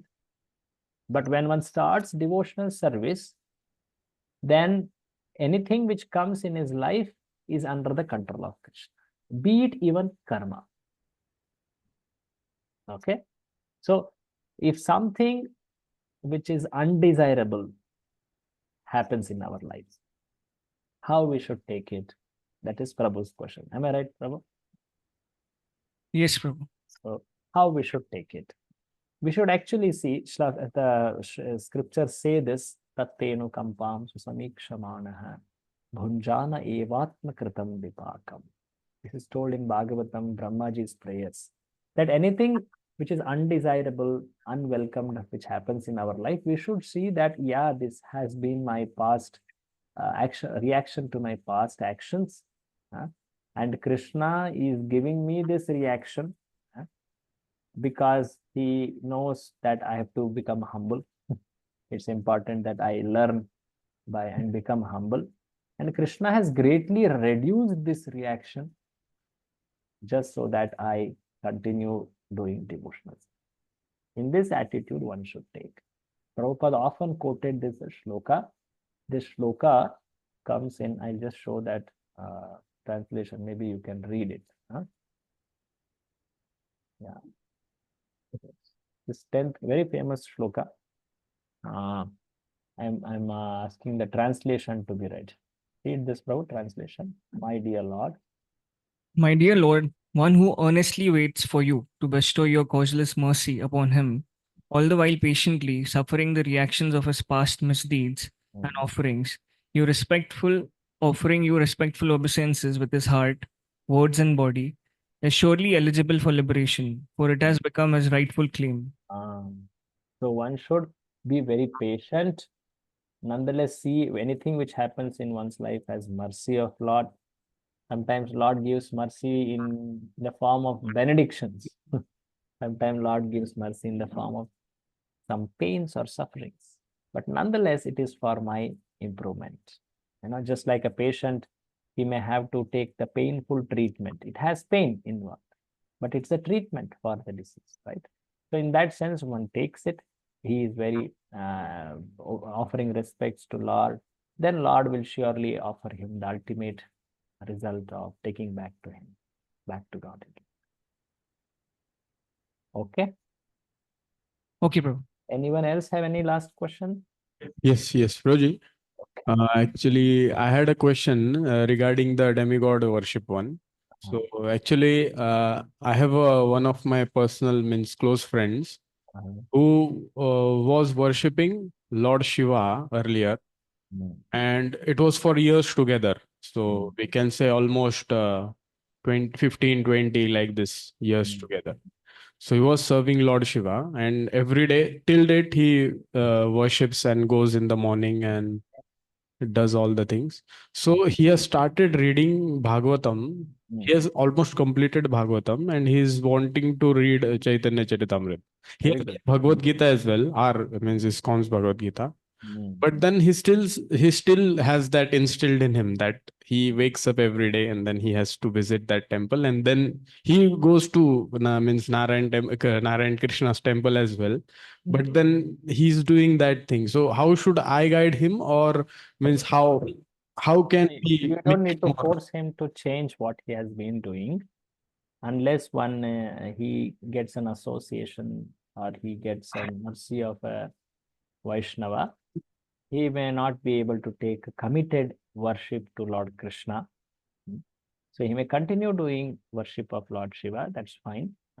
Anyway, now his understanding hopefully might have changed by reading Bhagavatam and Bhagavad Gita. So we need not force that person. That should come from his heart because of receiving some association. Okay. So let that happen. Let it take time. That's okay. Okay, yes. But because he has started the reading and all that, Yeah. that's wonderful. You have done the best thing actually. Yes, bro. Okay. Prabhuji, regarding Krishna Prabhu's question, if the person is continuing his activities, does that mean that he has become conditioned to those circumstances, or does he has become habituated doing those things, or he has? Actually, one worships any person because of what is called as Shraddha, faith.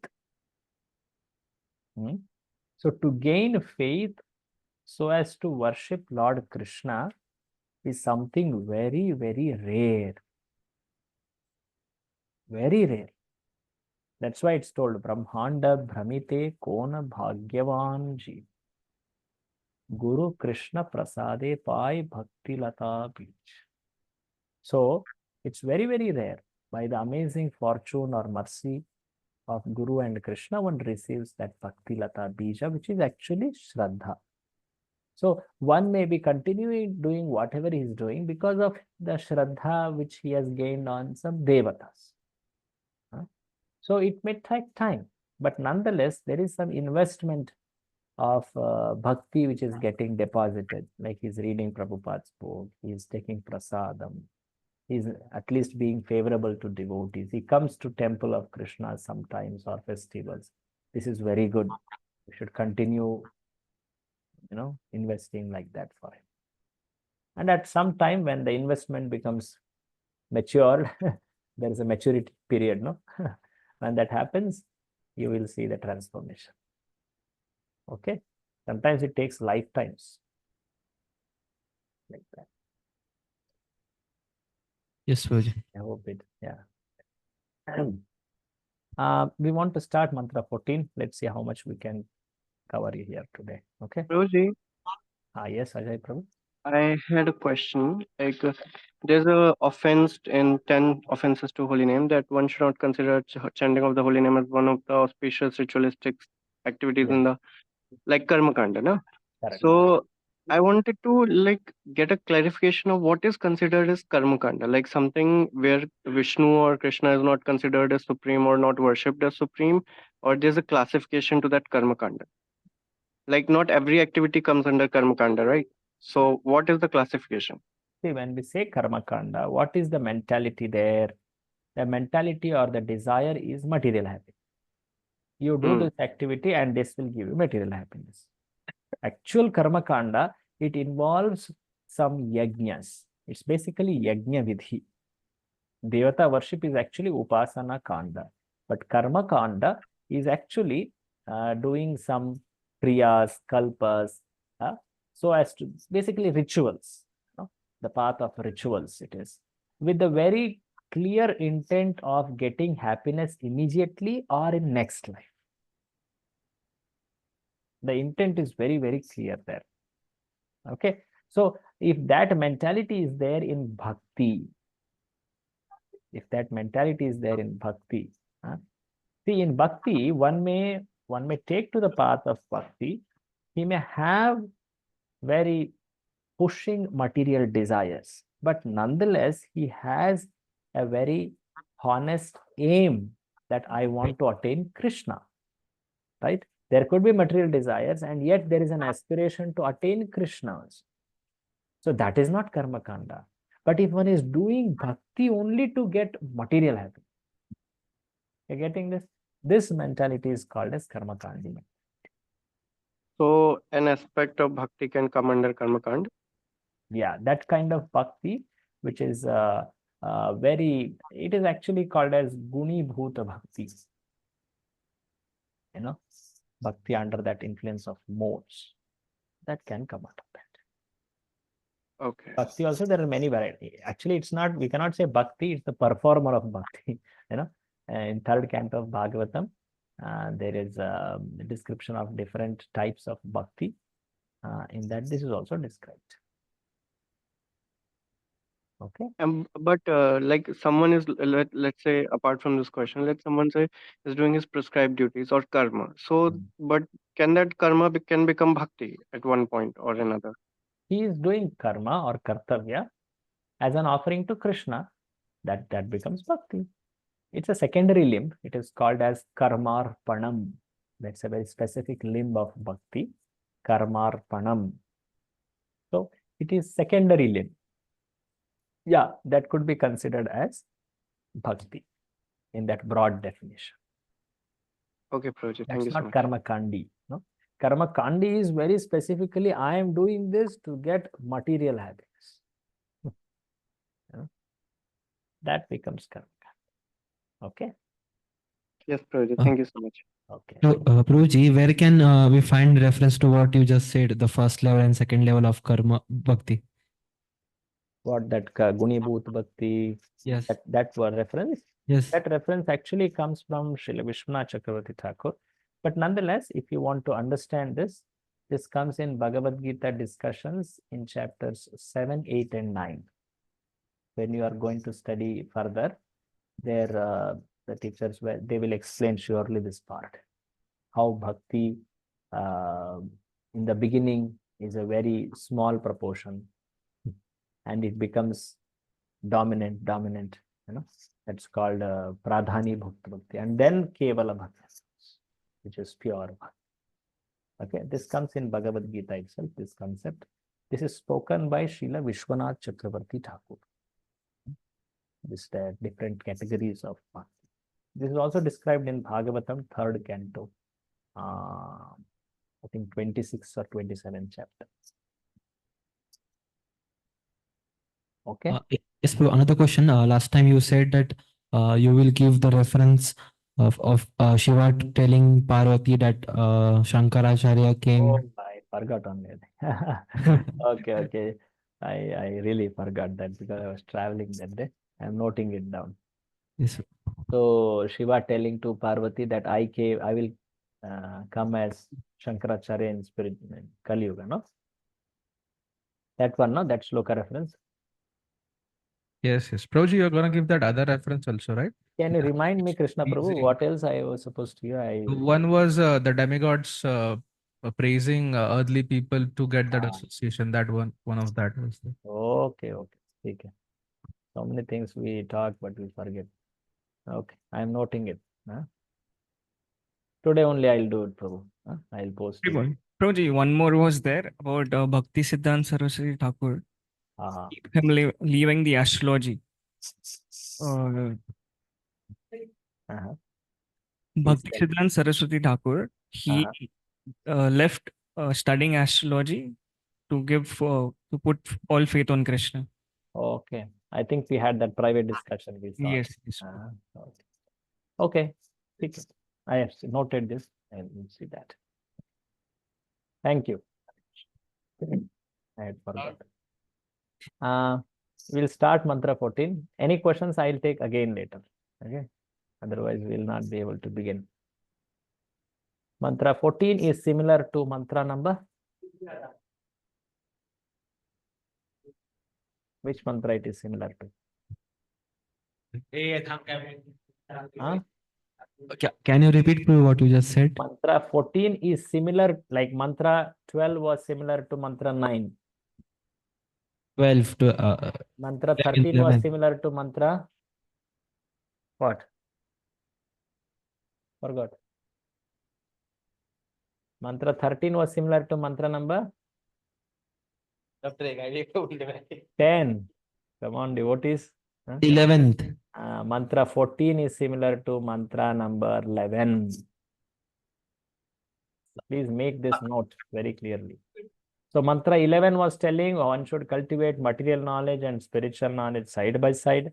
Similarly, mantra 14 will tell one should know what is material object of worship and spiritual object of worship, that side by side. So we'll see that today. Mantra number 14. Sambhutim cha vinasham cha Vinasham cha tadvedo bhayam saha yastat bhayam saha vinashena mrutyum tirtva vinashena martyum tirtva sambhutyamritam ambhutyamritam. Just like in mantra number 11, it was told vidyam cha avidyam cha. Similarly, here it's told sambhuti and asambhuti. Instead of that asambhuti, the word used is vinasha. So vinasha is another word for asambhuti, which means material world, which anyway leads to this, which anyway ends in destruction. Vinash. So one should know both of them, and that will help one to completely transfer from material world to spiritual world. Read the translation, Prabhu. One should know perfectly the personality of Godhead, Sri Krishna, and his transcendental name, form, qualities, and pastimes, as well as the temporary material creation with its temporary demigods, men, and animals. When one knows this, he surpasses death and the ephemeral cosmic manifestation with it. And in the eternal kingdom of God, he enjoys his eternal life of bliss and knowledge. So one should know both Supreme Lord and all aspects related to him, and also this material world, which is temporary in nature, with all its temporary aspects, then one can completely transfer himself and enjoy immortality. So Prabhupada starts talking about how if you want to gain immortality, you have to take to spiritual path. Read this: by its so-called advancement. By its so-called advancement of knowledge, human civilization has created many material things, including spaceships and atomic energy. Yet it has failed to create a situation in which people need not die, take birth again, become old, or suffer from diseases. So this problem, the modern technological advancements has not been able to do. So many claims are being made. Recently, I saw someone who has tried to reverse aging. Some research has been done. He's taking some strong lifestyle changes for making this happen. But nonetheless, nothing has been done to address this problem of death. So Prabhupada says, material scientists, read this. Material scientists and politicians are trying to make this place deathless because they have no information of the deathless spiritual nature. So how can we make material world an immortal place or deathless place? It's not possible. The material world is a place of death. It's called Martyaloka. You can't change the nature of that place. You have to change yourself from this place to other place which is immortal in nature. You see? Like say suppose you go to desert and you say this desert I will make it very green.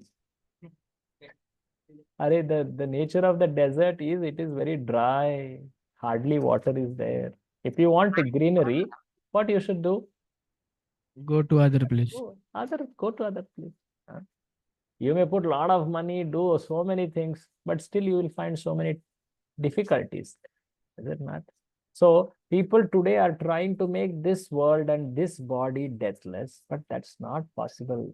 They don't know what is the nature of this world and this place. They don't know about the spiritual nature.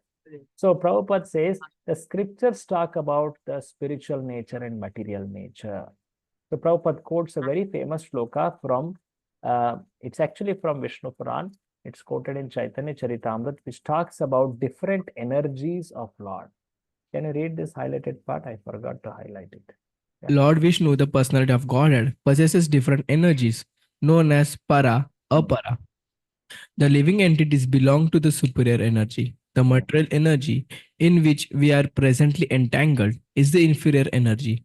The material creation is made possible by this energy, which covers the living entities with ignorance, avidya, and includes them to perform fruitive activities. Yet there is another part of Lord's superior energy that is different from both this material, inferior energy, and the living entities.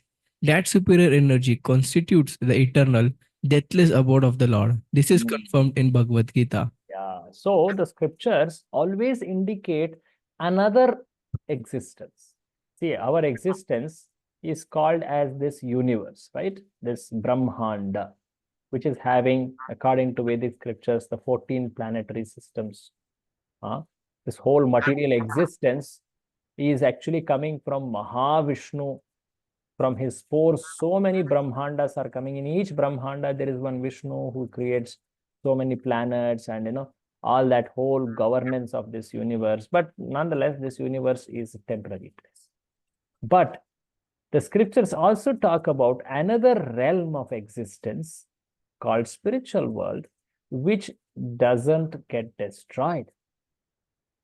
In fact, it is told that in the whole of existence, one corner, 1/4 is material existence. 3/4 majority is spiritual existence. It's called Tripada. Material existence is called Ekapada. 1/4 of the existence is material world. Ekapada Vibhuti.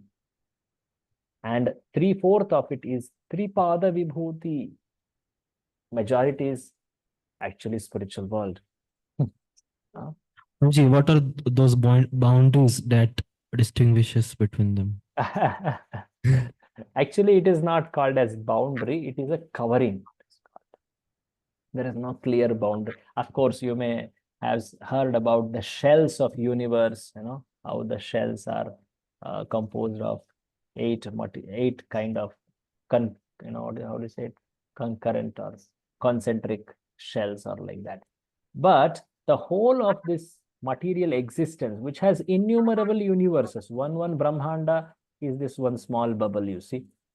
And this is Mahavishnu who is lying in this whole existence. And this is called as Ekapada Vibhuti. This is material existence. So I have not heard about boundaries or like that, but I have heard it as a covering. In fact, everything is spiritual, but one place, because some souls, they are not naturally obedient to Krishna. For them, this arrangement is provided by Lord, so that they naturally desire to come in service to Krishna.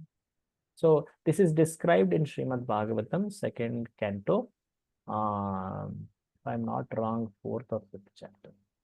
This Ekapada, Tripada, all these calculations come there. 5th, I think.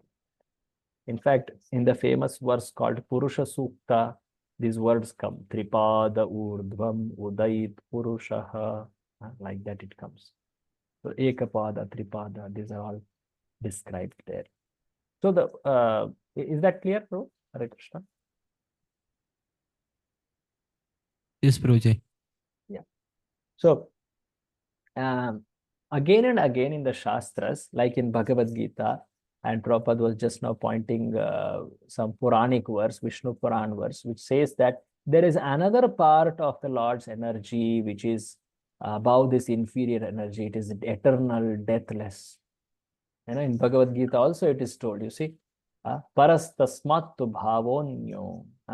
So all the planets here are all going to get destroyed at one point of time or other. But there is some existence which is beyond this, influence of time. That is spiritual in nature.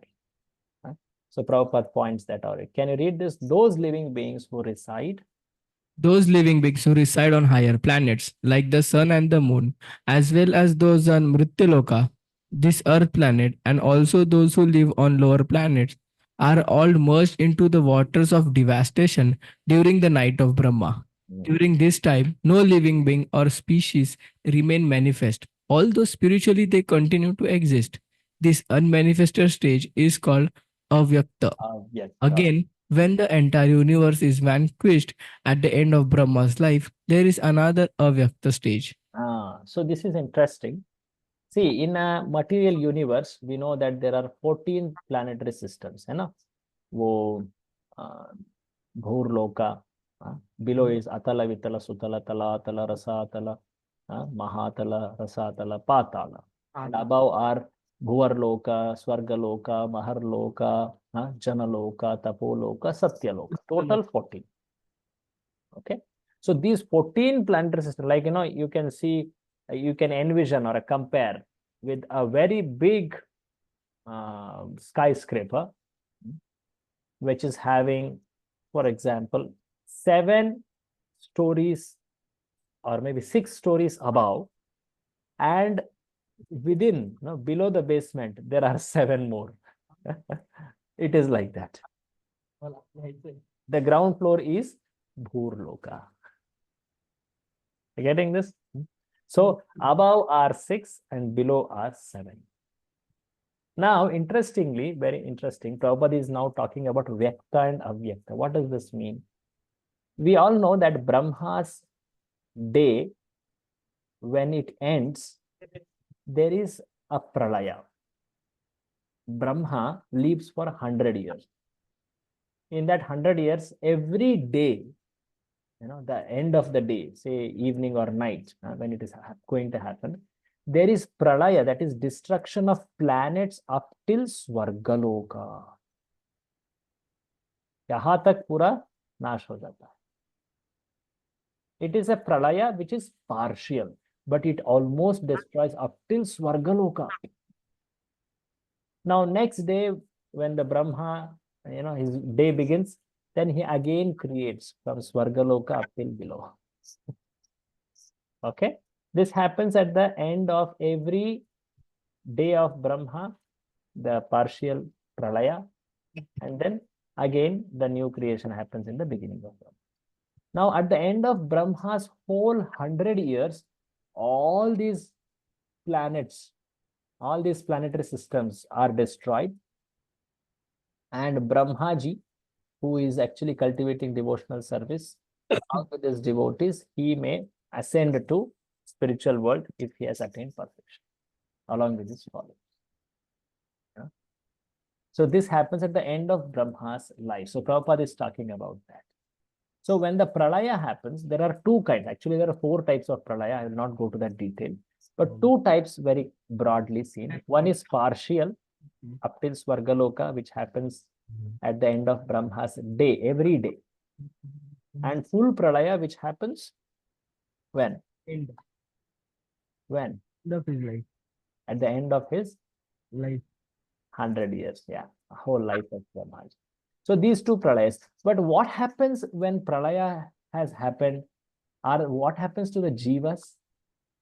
Actually, what happens is the jivas, they don't have gross body. They have lost their gross body. They cannot get any gross body during, after the pralaya, until next creation. Till then, they have to stay in a what is called as avyakta state. They don't have a body. They don't have Guruji, body. what is the difference between avyakta state and that Mahatattva Vyakta. thing? Vyakta state means the jivas get bodies. Bodies here mean gross. Subtle body is always there. It cannot be destroyed until liberation.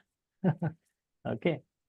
Mana buddhi ahankar is clinging on to jiva up till mukti. Okay.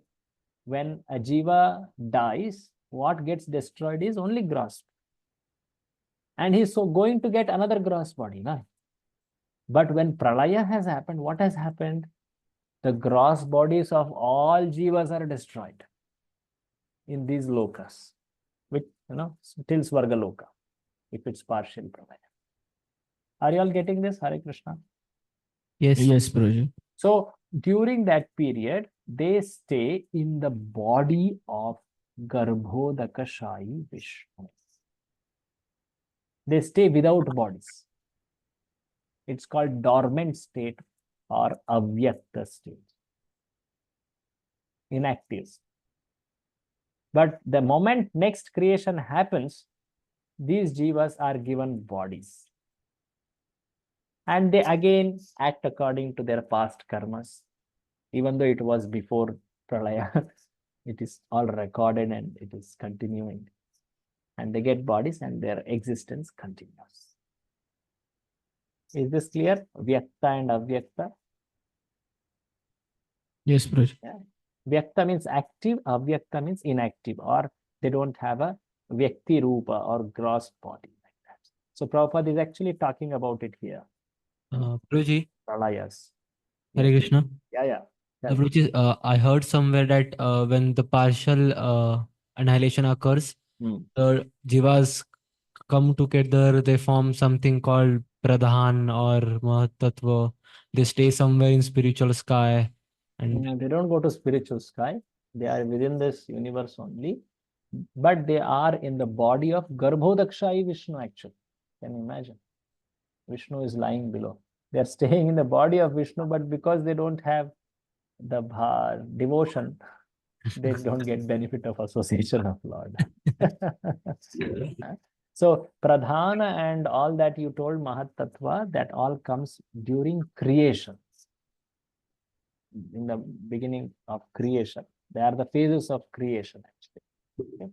In one sense, everything is Pradhan. All the material things are all coming under Pradhan. So there are two states of material existence. One is Vyakta state, active state. Another is Avyakta state, which is post-pralaya state. I hope you understand. Huh? One is everything is going well. Another is when pralaya has happened. Two states. Huh? So Prabhupada says beyond these two states, is the spiritual state. Beyond this. So in fact, that state or that existence is much, much bigger. Read this. There are many material universe from here. There are many material universes, each under the jurisdiction of Brahma, and this cosmic manifestation within the jurisdiction of the various Brahmas is but a display of one-fourth of the energy of the Lord. Ekpad Vibhuti. This is the inferior energy. Beyond the jurisdiction of Brahma is the spiritual nature, which is called Tripad Vibhuti, three-fourths of the Lord's energy. This is the superior energy. Yeah. Or- So in Bhagavad Gita 8th chapter, Krishna talks about this spiritual world a lot. He talks about this Tripad Vibhuti, Ekapad, how this whole material world is composed of, all that he speaks. So actually, there is so much of creation, destruction happening. But the jivas are always within the material world until they have perfected in devotional service. When they become perfect in devotional service, then they lose their subtle body also and then enter into that spiritual existence, that Tripada Vibhuti. Read this last statement. Oh, sorry. Yeah, it is certain. Read this. Where, Bruji? It is It is certain. certain, however, that no one can enter into the spiritual Vaikuntha planets without being trained in devotional service. So only devotional service can help a person to move from Ekapada Vibhuti into Tripada Vibhuti. Can you read ahead also on the material planets? On the material planets, everyone from Brahma down to the ant is trying to lord it over the material nature, and this is the material disease. As long as this material disease continues, the living entity has to undergo the process of bodily change. Whether he takes the form of a man, demigod, or animal, he ultimately has to endure an unmanifested condition during the two devastation. The devastation during the night of Brahma and the devastation at the end of Brahma's life. See, get this? Devastation means pralaya.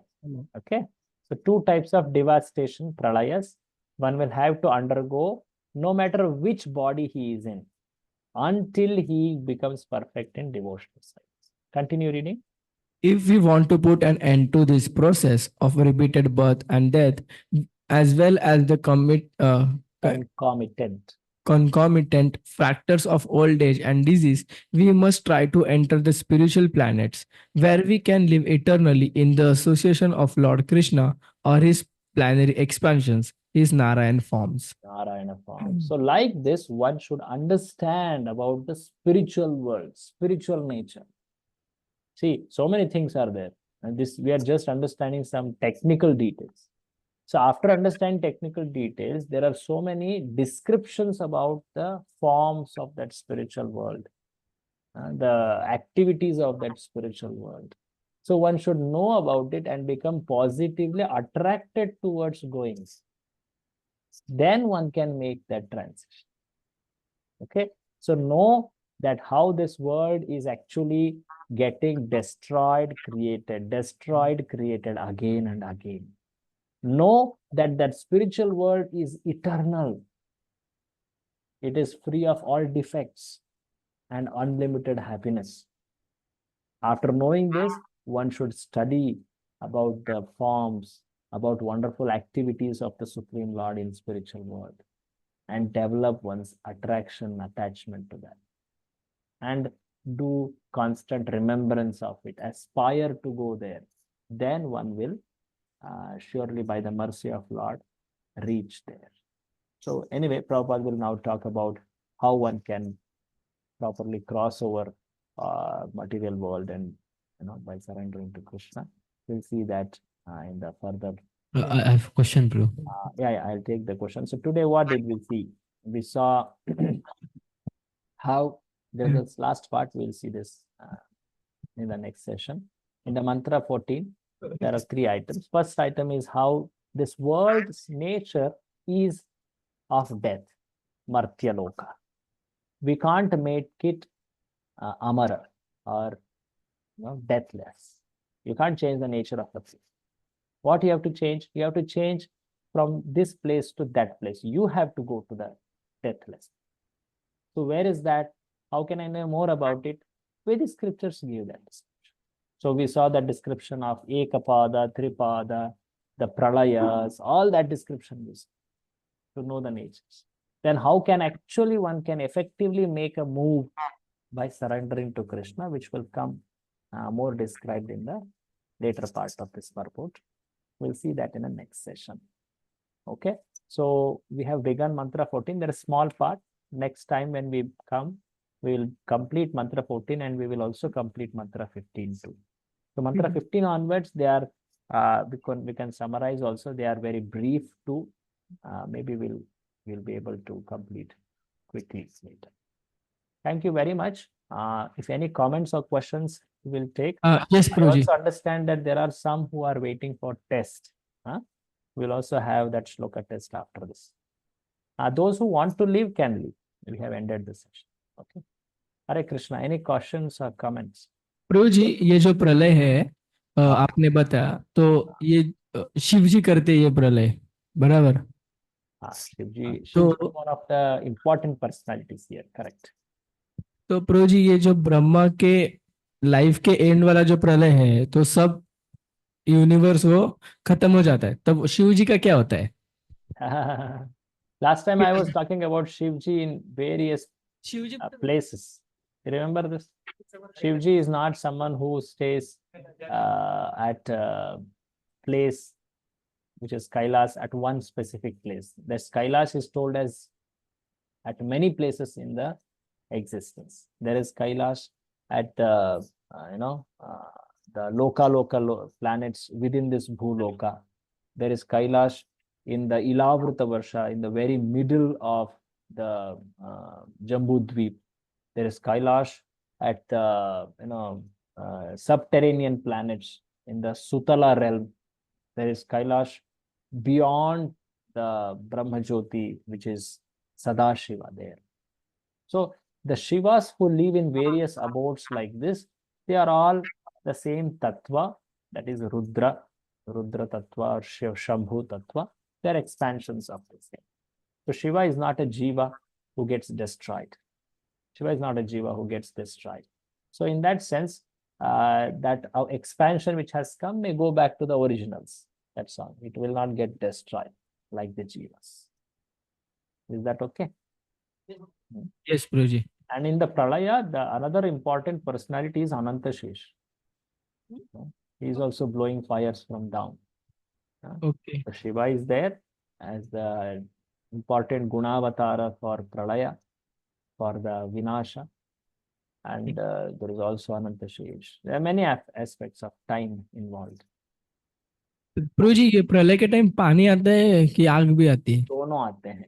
पहले आग आता है, बाद में पानी आता है. मुझे सिर्फ पता था कि वाटर आके कवर कर That comes at the second part. First, what happens is the fire comes and it actually burns, and then later water rises, and that kills. So there is water at the end, inundation of water.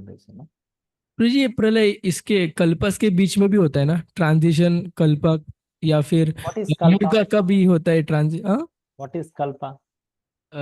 जो चार युगस मिलके एक कल्प बनाते हाँ, चार युग मिलके कल्प नहीं होते. एक ब्रह्मा जी के दिन को कल्प कहते हैं ना. अच्छा ओके सॉरी मुझे पता नहीं थे तो ब्रह्मा जी के दिन के अंत में कल्प, उस कल्प के अंत में प्रलय होता है. We saw that. Okay. प्रभु जी अगर ब्रह्मा जी परफेक्टेड शिवा नहीं बने उनके 100 ईयर के टाइम तो फिर वो भी गर्भदोषाई विष्णु के अंदर जाएंगे और अगर वो अंदर गए फिर जब नेक्स्ट टाइम क्रिएशन होगा तो फिर कौन सा ब्रह्मा क्रिएशन करेगा नहीं सी ब्रह्मा जी डिस्ट्रॉय नहीं होते ना वो दिन के अंत में. वो तो अपने पूर्ण जीवित अवधि पूर्ण होने बाद ही वे उनका शरीर छोड़ते हैं. नहीं 100 ईयर होने के बाद. 100 के बाद. So then he okay, the jivas who take on to the role of Brahma, they have a very specific qualification. In Bhagavatam it is described. First Shiva. So one who has lived 100 lifetimes of perfect varnashrama, he can be qualified to become Brahma. It's told in Bhagavatam. Okay. Hey, So, what my question is, Prabhu, if Brahma didn't complete his bhakti till his age, and then he dies as imperfect jiva, and he didn't go to he didn't get liberation, okay. and what will be his destination?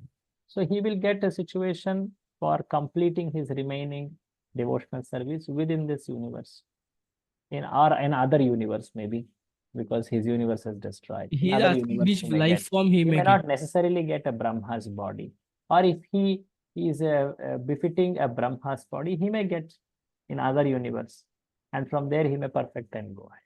Usually, what happens is Brahma, he perfects and goes ahead up. Usually, but it's not a compulsory thing. In Bhagavatam, this is described as krama mukti. Described there like that. And when he goes, those people, those jivas who are with him, he also takes them, who are also educated about it. Jiva Goswami says this. Okay. Thank you, Bhaji. Okay. Hare Krishna. Hare Krishna. So, Krishna Prabhu, Krishna Prabhu. who are there for the shloka? Yes, Prabhuji, we are there. We too are there. Ajay Prabhu is online. We can start with Ajay Prabhu. Okay. Yes, Prabhuji. Ajay Prabhu. So, in the shloka test, one should keep the video on. And while saying the shloka, he should first tell the Sanskrit shloka and then later tell the translation. The translation could be in his own words. While telling this both shloka and translation, one should keep one's eyes closed, but video should be on. Okay. Let me say that very bluntly. Sorry. Okay, who is going? Ajay Prabhu.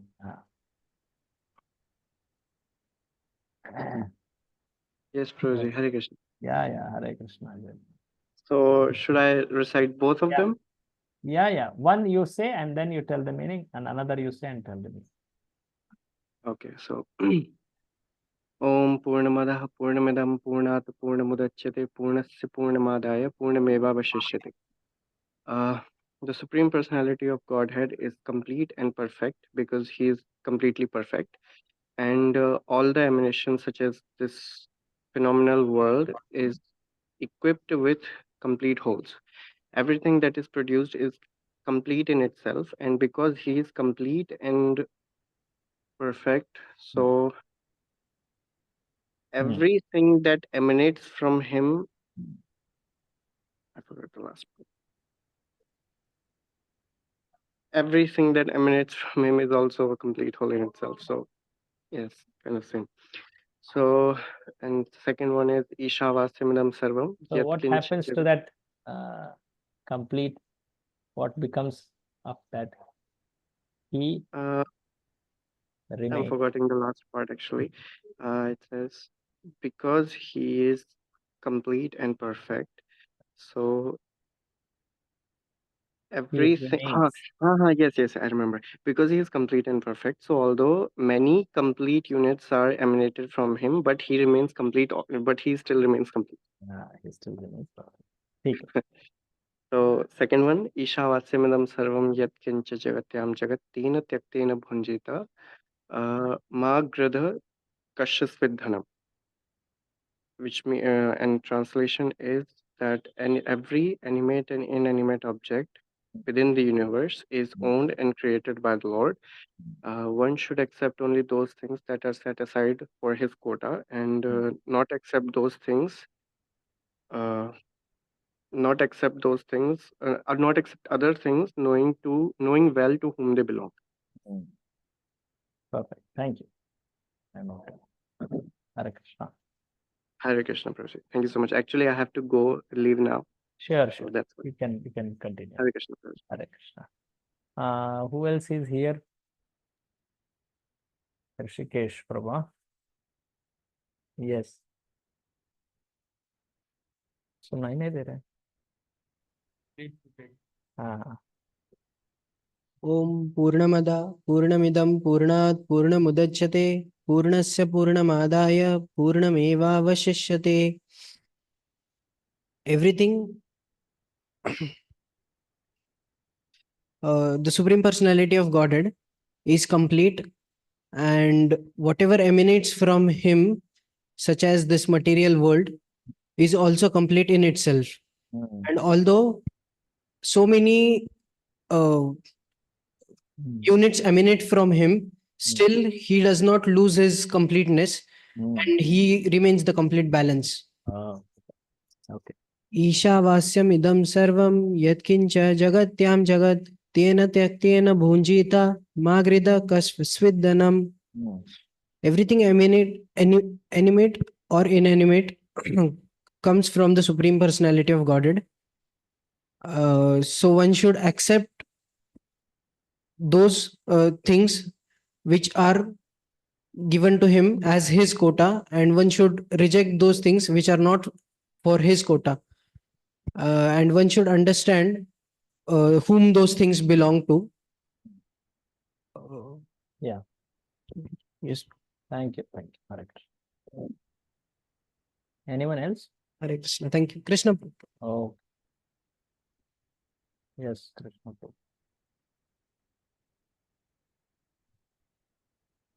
ॐ पूर्णमदं पूर्णमिदं पूर्णात् पूर्णमुदच्यते पूर्णस्य पूर्णमादाय पूर्णस्य पूर्णमादाय पूर्णमेवावशिष्यते. Hmm. The complete the Supreme Personality of Godhead is complete and perfect. Hmm. Is complete and perfect, and because he is complete and perfect, all the emanations that are coming from him, like this phenomenal world, they are also completely perfect and whole. Hmm. And because the Supreme Personality of Godhead is complete and perfect, whatever emanates from him, it is also complete and whole in itself. It does not require anything else to supply it power. It is sustaining in itself. Hmm. And also, because so many units are coming from the Supreme Personality of so many such phenomenal units, complete whole units are coming from the Supreme Personality of Godhead. That doesn't make any difference because the Supreme Personality of Godhead maintains the complete and whole balance in everything. Because even if all these units are coming out, He remains perfect and complete. yeah, he remains perfect. Okay. Yes. Next. ईशावास्यम् इदं सर्वं यत्किञ्च जगत्यां जगत् यत्किञ्चं जगत्यां जगत्तेन त्यक्तेन भुञ्जीता मागृद मागृद कस्य स्विद्धनम्. So everything animate and inanimate that we see in this world is being controlled and owned by the Supreme Personality of Godhead. So one should always accept whatever is necessary for oneself, and also utilize only the things which is been assigned to his quota. One should always be aware that he should not accept any other things than his quota, because he should know whom all these things belongs to. Okay. Thank you. While telling the shloka, we should not add where there is no like yet kincham jagatyam jagat, or om purnamadam purnavidam. नहीं, जहाँ पे अदह है तो अदह ही रखना, यत किंचा है तो किंचा ही रखना. Of course, I am not taking that as a point of deduction of marks, but going ahead, you should all learn this, that they also mean a lot in the meaning of the shloka. They may change the meaning of the shloka. The Sanskrit has so many. While learning, I took that into consideration, but when I am reciting here, it's not coming perfectly. Actually, That's okay. that's not Next time, of course, there are only two mantras here. Gita and all, you will have more. Note it. Huh? Yes, right. Thank you. Anyone more? I think only 3 of them opted today. And Proji, also for the presentations that we were being shown today, that are been requested by students. So if we can share it by today evening. Actually, I will send at the end of the unit. Is that okay? Because some things I add, some things I change also in the course. Because many versions will come otherwise. What do you think? I think they were more interested in the what do you say, the whole universe kind of thing that we were showing, no? So that I think Uh-huh. might be required, or it might be Okay. a presentation Okay. also. I'll try to see if something is final enough to send. Yes. Okay. Okay. Yes. So next time, should we take only one batch or two batches for shloka recitation? One batch means? Means as today we took 4 to 6 people. So next Uh-huh. week, should we take 4 to 6 or we can take more? Yeah, four. Next week I can tell maybe Saturday only, but 4 should be fine. 4 will be online, Suji? Online only. Another at least till December I'm online. I'm out on marathon. I'm Okay. online only. Correct. No, December. So we can take 4. 4. Can Okay. take 4. Yes. Hare Krishna. Thank you. Hare Krishna. Thank you very much. Ki jai. Srila Prabhupada. Hare Krishna.